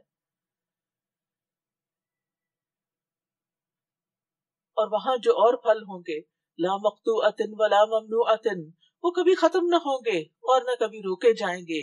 یہ جنت کے پھلوں کی صفت ہے کہ جب پھل توڑا جائے گا تو پھر اس کے بعد اور آ جائیں گے. وہاں دنیا میں تو درخت خالی ہو جاتے ہیں لیکن وہاں ختم نہیں ہوں گے، منقطع نہیں ہوں گے. وفرش مرفوعہ، اور اونچی نشست گاہوں پر بیٹھے ہوں گے. انا انشأناہن انشاء، ہم ان کی بیویوں کو عجب انداز سے سر نو پیدا کریں گے. فجعلناہن ابکارا، انہیں باکرہ بنائیں گے. عربا اترابا، جو اپنے شوہروں سے محبت کرنے والی ہوگی ان کی ہم عمر ہوگی. حدیث میں آتا ہے کہ جنتیوں کی عمر 33 ایئرز ہوگی، یعنی یہ جوانی کا عروج ہوتا ہے. یہ کچھ ہوگا داہنے ہاتھ والوں کے لیے، جو پہلوں میں سے بھی بہت ہوں گے اور پچھلوں میں سے بھی بہت. اور بائیں ہاتھ والے جو ہوں گے تو ان کی بدبختی کا کیا کہنا. وہ تپتی ہوئی لو اور کھولتے پانی میں اور سیاہ دھوئیں کے سائے میں ہوں گے. اللہ ہمیں محفوظ رکھے. جو نہ ٹھنڈا ہوگا نہ آرام دہ ہوگا. بلا شبہ اس انجام سے پہلے یہ عیش کیا کرتے تھے، دنیا کے عیش میں محو تھے، نمازیں چھوڑ دی اور اللہ کے احکامات کو بھلا دیا. یاد رکھیے خوشحالی بڑی آزمائش ہے، نعمتیں بڑی آزمائش ہے. جب انسان کو کھانے کو وافر مل جاتا ہے نا، جب عیش و عشرت کے سامان وافر مقدار میں مل جاتے ہیں تو پھر انسان اپنی آخرت سے غافل ہو جاتا ہے. وہ دنیا کو ہی جنت سمجھ بیٹھتا ہے اور اہم کاموں کو فراموش کر دیتا ہے. لیکن جہنم کا ایک غوطہ دنیا کی ساری خوشحالی بھلا دے گا. انسان کہے گا اللہ کی قسم میں نے کبھی کوئی راحت دیکھی ہی نہیں. اور اسی طرح جنت میں صرف ایک جھلک دیکھنے والا دنیا کے سارے غموں کو بھلا دے گا کہ اللہ میرے پاس سے تو کبھی کوئی تکلیف گزری ہی نہیں، کوئی شدت و سختی میں نے کبھی دیکھی ہی نہیں. لیکن جو بدبخت ہوں گے، جو وہاں مصیبت میں پکڑے ہوئے ہوں گے، ان کے قصور کیا تھے؟ وَكَانُوا يُصِرُّونَ عَلَى الْحِنثِ الْعَظِيمِ، وہ گناہ عظیم پر اڑے ہوئے تھے، یعنی شرک پر اور کبیرہ گناہوں پر. اور کہتے تھے جب ہم مر جائیں گے اور مٹی اور ہڈیاں ہو جائیں گے تو کیا پھر ہم دوبارہ اٹھائے جائیں گے؟ یعنی وہ آخرت پر یقین نہیں رکھتے تھے. اب آباؤنا الاولون قل ان الاولین والآخرین لمجموعون الى میقات یوم معلوم، اور کیا ہمارے اگلے باپ دادا بھی؟ آپ ان سے کہیے بلا شبہ پہلے اور پچھلے بھی سب کے سب اکٹھے ہوں گے، سب کے سب ایک معلوم دن کو اکٹھے کیے جائیں گے جس کا وقت مقرر ہے. پھر تم اے جھٹلانے والے گمراہو، تمہیں تھور کا درخت، زقوم کا درخت کھانا ہوگا، اسی سے تم اپنے پیٹ بھرو گے، جس کا ایک قطرہ دنیا میں پڑ جائے تو ہر چیز کو جلا کے رکھ دے، اتنا سخت۔ فشاربون علیہ من الحمیم، پھر اوپر سے کھولتا ہوا پانی پینے کو ملے گا جسے تم پیاس کی بیماری والے اونٹ کی طرح پیو گے۔ جزا و سزا کے دن تمہاری یہی مہمانی ہوگی۔ نحن خلقناکم فلولا تصدقون، بلا شبہ ہم نے تمہیں پیدا کیا ہے، پھر تم مان کیوں نہیں جاتے، تصدیق کیوں نہیں کرتے، اس کو سچ کیوں نہیں سمجھتے؟ بھلا دیکھو جو منی تم ٹپکاتے ہو، تو اس بچے کو تم پیدا کرتے ہو یا اسے پیدا کرنے والے ہم ہیں؟ ہم نے تمہارے درمیان موت کو مقدر کر دیا، یعنی زندگی اور موت اسی کے ہاتھ میں ہے، اور ہم اس بات سے عاجز نہیں کہ تمہاری صورتیں بدل ڈالیں اور تمہیں ایسی صورت میں پیدا کریں جو تم نہیں جانتے، یعنی تمہارے چہرے مس کر دیں یا تمہیں بھیانک شکلوں میں اٹھائیں۔ اپنی پہلی پیدائش کو تو تم خوب جانتے ہو، پھر تم سبق کیوں نہیں لیتے؟ افرأیتم ما تحرثون، بھلا دیکھو جو بیج تم بوتے ہو اس سے کھیتی تم اگاتے ہو یا اگانے والے ہم؟ یہ سارے دلائل ہیں اللہ تعالیٰ کے وجود پر، اللہ تعالیٰ کی وحدانیت پر، اس کے رب ہونے پر، اس کے معبود ہونے پر۔ اگر ہم چاہیں تو اسے بھس بنا دیں، پھر تم باتیں ہی بناتے رہ جاؤ کہ ہم تو تاوان ڈال دیے گئے، بلکہ ہم بے نصیب ہیں۔ بھلا دیکھو جو پانی تم پیتے ہو، کیا اسے بادل سے تم نے اتارا یا اتارنے والے ہم ہیں؟ اگر ہم چاہیں تو اسے کھاری بنا دیں، پھر تم شکر کیوں نہیں کرتے؟ بھلا دیکھو جو آگ تم جلاتے ہو، تو اس کے درخت کو تم نے پیدا کیا یا اسے پیدا کرنے والے ہم ہیں؟ ہم نے اس درخت کو یاد دہانی کا ذریعہ اور مسافروں کے فائدے کی چیز بنا دیا۔ فسبح باسم ربک العظیم، لہٰذا اپنے رب کے نام کی تسبیح کرو جو بڑا عظمت والا ہے۔ یعنی اللہ کو ہر طرح کے عیب سے منزہ قرار دو، اس کو اس کی نعمتوں پر اس کی تعریف بیان کرو، اس کا شکر ادا کرو۔ رسول اللہ صلی اللہ علیہ وسلم سے پوچھا گیا کون سا کلام افضل ہے؟ آپ نے فرمایا جو اللہ نے اپنے فرشتوں اور اپنے بندوں کے لیے چنا، سبحان اللہ و بحمدہ۔ تمام مخلوق کا رزق ہے اس میں۔ نبی صلی اللہ علیہ وسلم نے فرمایا کہ سبحان اللہ و بحمدہ کا ورد کرتے رہنا، حضرت یحییٰ نے اپنی قوم سے کہا کہ سبحان اللہ و بحمدہ کا ورد کرتے رہنا، حضرت نوح نے کہا تھا۔ اصل میں ہر پیغمبر نے اپنی قوم کو تسبیح کا حکم دیا ہے، تو وہ میں مکس کر گئی ہوں۔ تو اصل میں یہ حضرت نوح علیہ السلام کی جب وفات کا وقت قریب آیا تو انہوں نے اپنے بیٹے سے فرمایا کہ میں تمہیں وصیت کر رہا ہوں جس میں 2 باتوں کا حکم ہے، 2 باتوں سے روک رہا ہوں۔ نمبر 1 لا الہ الا اللہ کا اقرار کرتے رہنا کہ اگر 7 آسمان اور 7 زمینوں کے ترازو ایک پلڑے میں رکھ دیے جائے، 7 زمینوں کو ترازو کے ایک پلڑے میں رکھ دیا جائے اور لا الہ کو دوسرے پلڑے میں، تو لا الہ الا اللہ والا پلڑا جھک جائے گا۔ اگر 7 آسمان اور 7 زمینیں بند کڑے کی شکل اختیار کر لے تو لا الہ الا اللہ، لا الہ الا اللہ اس کو بھی توڑ دے گا۔ اور دوسرا یہ کہ سبحان اللہ و بحمدہ کا ورد کرتے رہنا، یہ ہر چیز کی نماز ہے، اس کے ذریعے مخلوق کو رزق ملتا ہے۔ دن میں 100 بار سبحان اللہ و بحمدہ کہنے والے کے گناہ معاف کر دیے جاتے ہیں، اگرچہ وہ سمندر کی جھاگ برابر ہی کیوں نہ ہو۔ اور قیامت کے دن انسان کا بچاؤ کرنے والے کلمات بھی تسبیح ہیں۔ ابو ہریرہ سے روایت ہے کہ رسول اللہ صلی اللہ علیہ وسلم نے فرمایا اپنا بچاؤ حاصل کر لو۔ صحابہ نے کہا اے اللہ کے رسول کیا دشمن آ گیا؟ آپ نے فرمایا نہیں، لیکن اپنا جہنم سے بچاؤ کر لو، یعنی اپنا آپ جہنم سے بچانے کے لیے کیا کرو؟ سبحان اللہ والحمد للہ ولا الہ الا اللہ واللہ اکبر پڑھا کرو۔ یہ کلمات قیامت کے دن تمہارے آگے آ کر، پیچھے آ کر تمہارا بچاؤ کریں گے۔ یہی کلمات باقیات الصالحات ہیں۔ اس کلمے کی کتنی تعریفیں بیان ہوئی ہیں نا مختلف جگہوں پر، تو ہمیں کوشش کرنی چاہیے کہ کم از کم ایک تسبیح دن میں اس کی کر لیں، سبحان اللہ والحمد للہ ولا الہ الا اللہ واللہ اکبر۔ پھر فرمایا فلا اقسم بمواقع النجوم، میں ستاروں کے محل وقوع کی قسم کھاتا ہوں۔ اور اگر تم سمجھو تو یقیناً یہ ایک بہت بڑی قسم ہے کہ یہ قرآن بلا شبہ بلند پایا کتاب ہے۔ اللہ نے یہ قسم کس پہ کھائی؟ قرآن کریم پر، جو ایک محفوظ کتاب میں درج ہے، جسے جسے پاک لوگوں یعنی فرشتوں کے سوا کوئی نہیں چھو سکتا. تنزیل من رب العالمین، یہ رب العالمین کی طرف سے نازل ہوا ہے. افبہذا الحدیث انتم مدہنون، پھر کیا اس کلام سے تم مداحنت کر رہے ہو، اس سے پیچھے ہٹتے ہو، اس کو امپورٹنس نہیں دیتے. وَتَجْعَلُونَ رِزْقَكُمْ أَنَّكُمْ تُكَذِّبُونَ، اور اس میں اپنا حصہ تم نے یہ رکھا ہے کہ اسے جھٹلاتے ہو.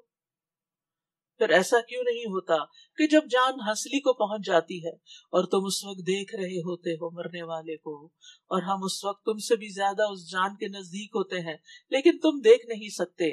پھر اگر تم کسی کے محکوم نہیں اور اگر تم اپنی بات میں سچے ہو تو اس جان کو لوٹا کیوں نہیں لیتے. فَأَمَّا إِن كَانَ مِنَ الْمُقَرَّبِينَ فَرَوْحٌ وَرَيْحَانٌ وَجَنَّتُ نَعِيمٍ، ہاں اگر وہ مرنے والا مقربین میں سے ہو، سابقین الاولین میں سے ہو، تو اس کے لیے راحت، عمدہ رزق اور نعمتوں والی جنت ہوگی. روح و ریحان، ان کی مسلسل بشارتیں ہوں گی، خوشخبریاں دی جائیں گی. اللہ ہم سب کو بھی ایسی خوشخبریاں دے.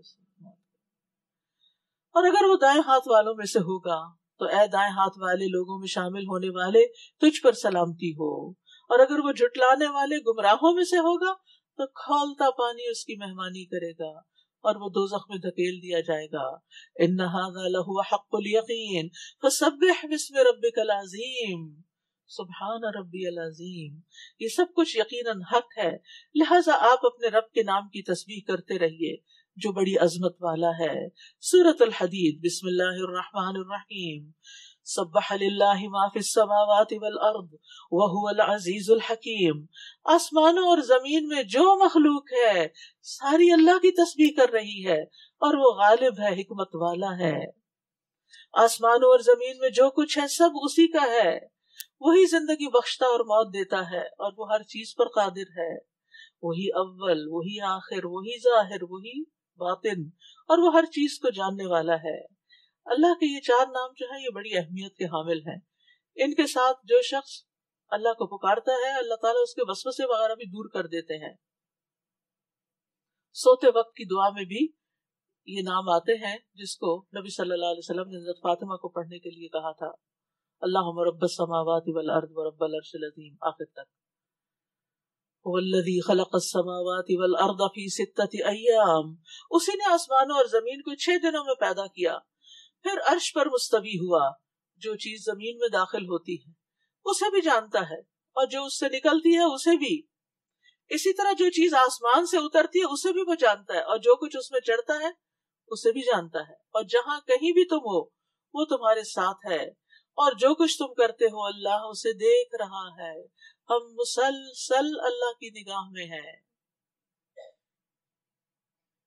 ابن مسعود کہتے ہیں کہ عرش پانی کے اوپر ہے اور اللہ عز و جل عرش کے اوپر ہے، اور اس پر تمہارے اعمال میں سے کچھ بھی مخفی نہیں، اور اس پر اللہ پر تمہارے اعمال میں سے کچھ بھی چھپا ہوا نہیں.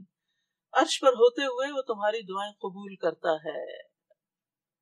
لہو ملک السماوات والارض وإلی اللہ ترجع الامور. آسمانوں اور زمین کی حکومت اسی کی ہے اور سب معاملات اسی کی طرف لوٹائے جاتے ہیں. وہی رات کو دن میں اور دن کو رات میں داخل کر دیتا ہے، اور وہ دلوں کے راز تک جانتا ہے. یعنی ایک بڑی چیز کا ذکر کیا گیا رات اور دن کی تبدیلی کا، اور پھر دل کے الٹ پلٹ ہونے کے اندر جو خیالات آتے اور جاتے ان کا. یہ سب کچھ اللہ کے علم میں ہے. آمنوا باللہ ورسولہ وانفقوا مما جعلکم مستخلفین فیہ. اللہ پر اور اس کے رسول پر ایمان لاؤ اور ان چیزوں میں سے خرچ کرو جن میں اس نے تمہیں جانشین بنایا ہے. تو جو لوگ تم میں سے ایمان لائے اور خرچ کیا ان کے لیے بہت بڑا اجر ہے. یہاں ایک انوکھے انداز سے خرچ کرنے کے اوپر ابھارا جا رہا ہے کہ اس میں سے خرچ کرو جن چیزوں پر اللہ نے تم کو جانشین بنایا، یعنی جو تمہاری کسٹڈی میں دے دی، جو تمہاری ملکیت میں ہے، جو اس سے پہلے کسی اور کے پاس تھی اب تمہارے پاس آ گئی. جانشینی کیا ہوتی ہے؟ یعنی کہ ایک کے بعد ایک کے پاس ایک چیز کو آنا، یعنی اس کا وارث ہونا.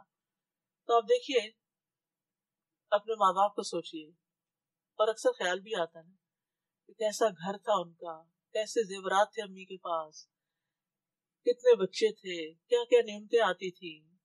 ہر ایک کو اپنے ماں باپ کے گھر کی نعمتیں اور رونقیں اور وہ سب کچھ یاد آتا ہے، لیکن آج وہ منو مٹی کے نیچے ہیں، کوئی چیز ان کے نام نہیں اور کوئی چیز ان کی نہیں، سوائے اس کے کہ جو وہ کما کے چلے گئے یا اللہ کی راہ میں دے کے چلے گئے۔ آج اللہ نے وہ ان کے بعد ہمیں ان کا جانشین بنا دیا، آج ہم زمین پر ہیں، ہم ان گھروں میں رہ بس رہے ہیں، جو کچھ ہمارے پاس ہے جس کے ہم مالک ہیں، ہم اس کے ساتھ کیا کر رہے ہیں؟ صرف یہی رکھنا چاہتے ہیں یا آگے بھی بھیجنا چاہتے ہیں؟ اور پھر ہمارے بعد ہماری اولادیں اور ہمارے بعد میں آنے والے لوگ ہوں گے جن تک یہ سب کچھ منتقل ہو جائے گا، پھر وہ اپنی مرضی کریں گے، وہ چاہے تو اللہ کے راستے میں دیں آپ کی طرف سے، چاہے تو نہ دیں۔ آپ اپنے آپ کو دیکھیے، اس رمضان میں ہی کتنے لوگوں نے اپنے ماں باپ کے لیے کچھ کیا ہو۔ عام دنوں میں تو کیا یاد رکھیں گے، کس کس کو یاد رہا ان کے لیے دعائیں کرنا، ان کے لیے بخشش مانگنا اور ان کے لیے صدقہ خیرات کرنا۔ اگر ہمیں ان کے لیے دعا کرنا اوہ بھول گئی، صدقہ کرنا اوہ بھول گیا، کل ہماری اولاد کیسے یاد رکھے گی؟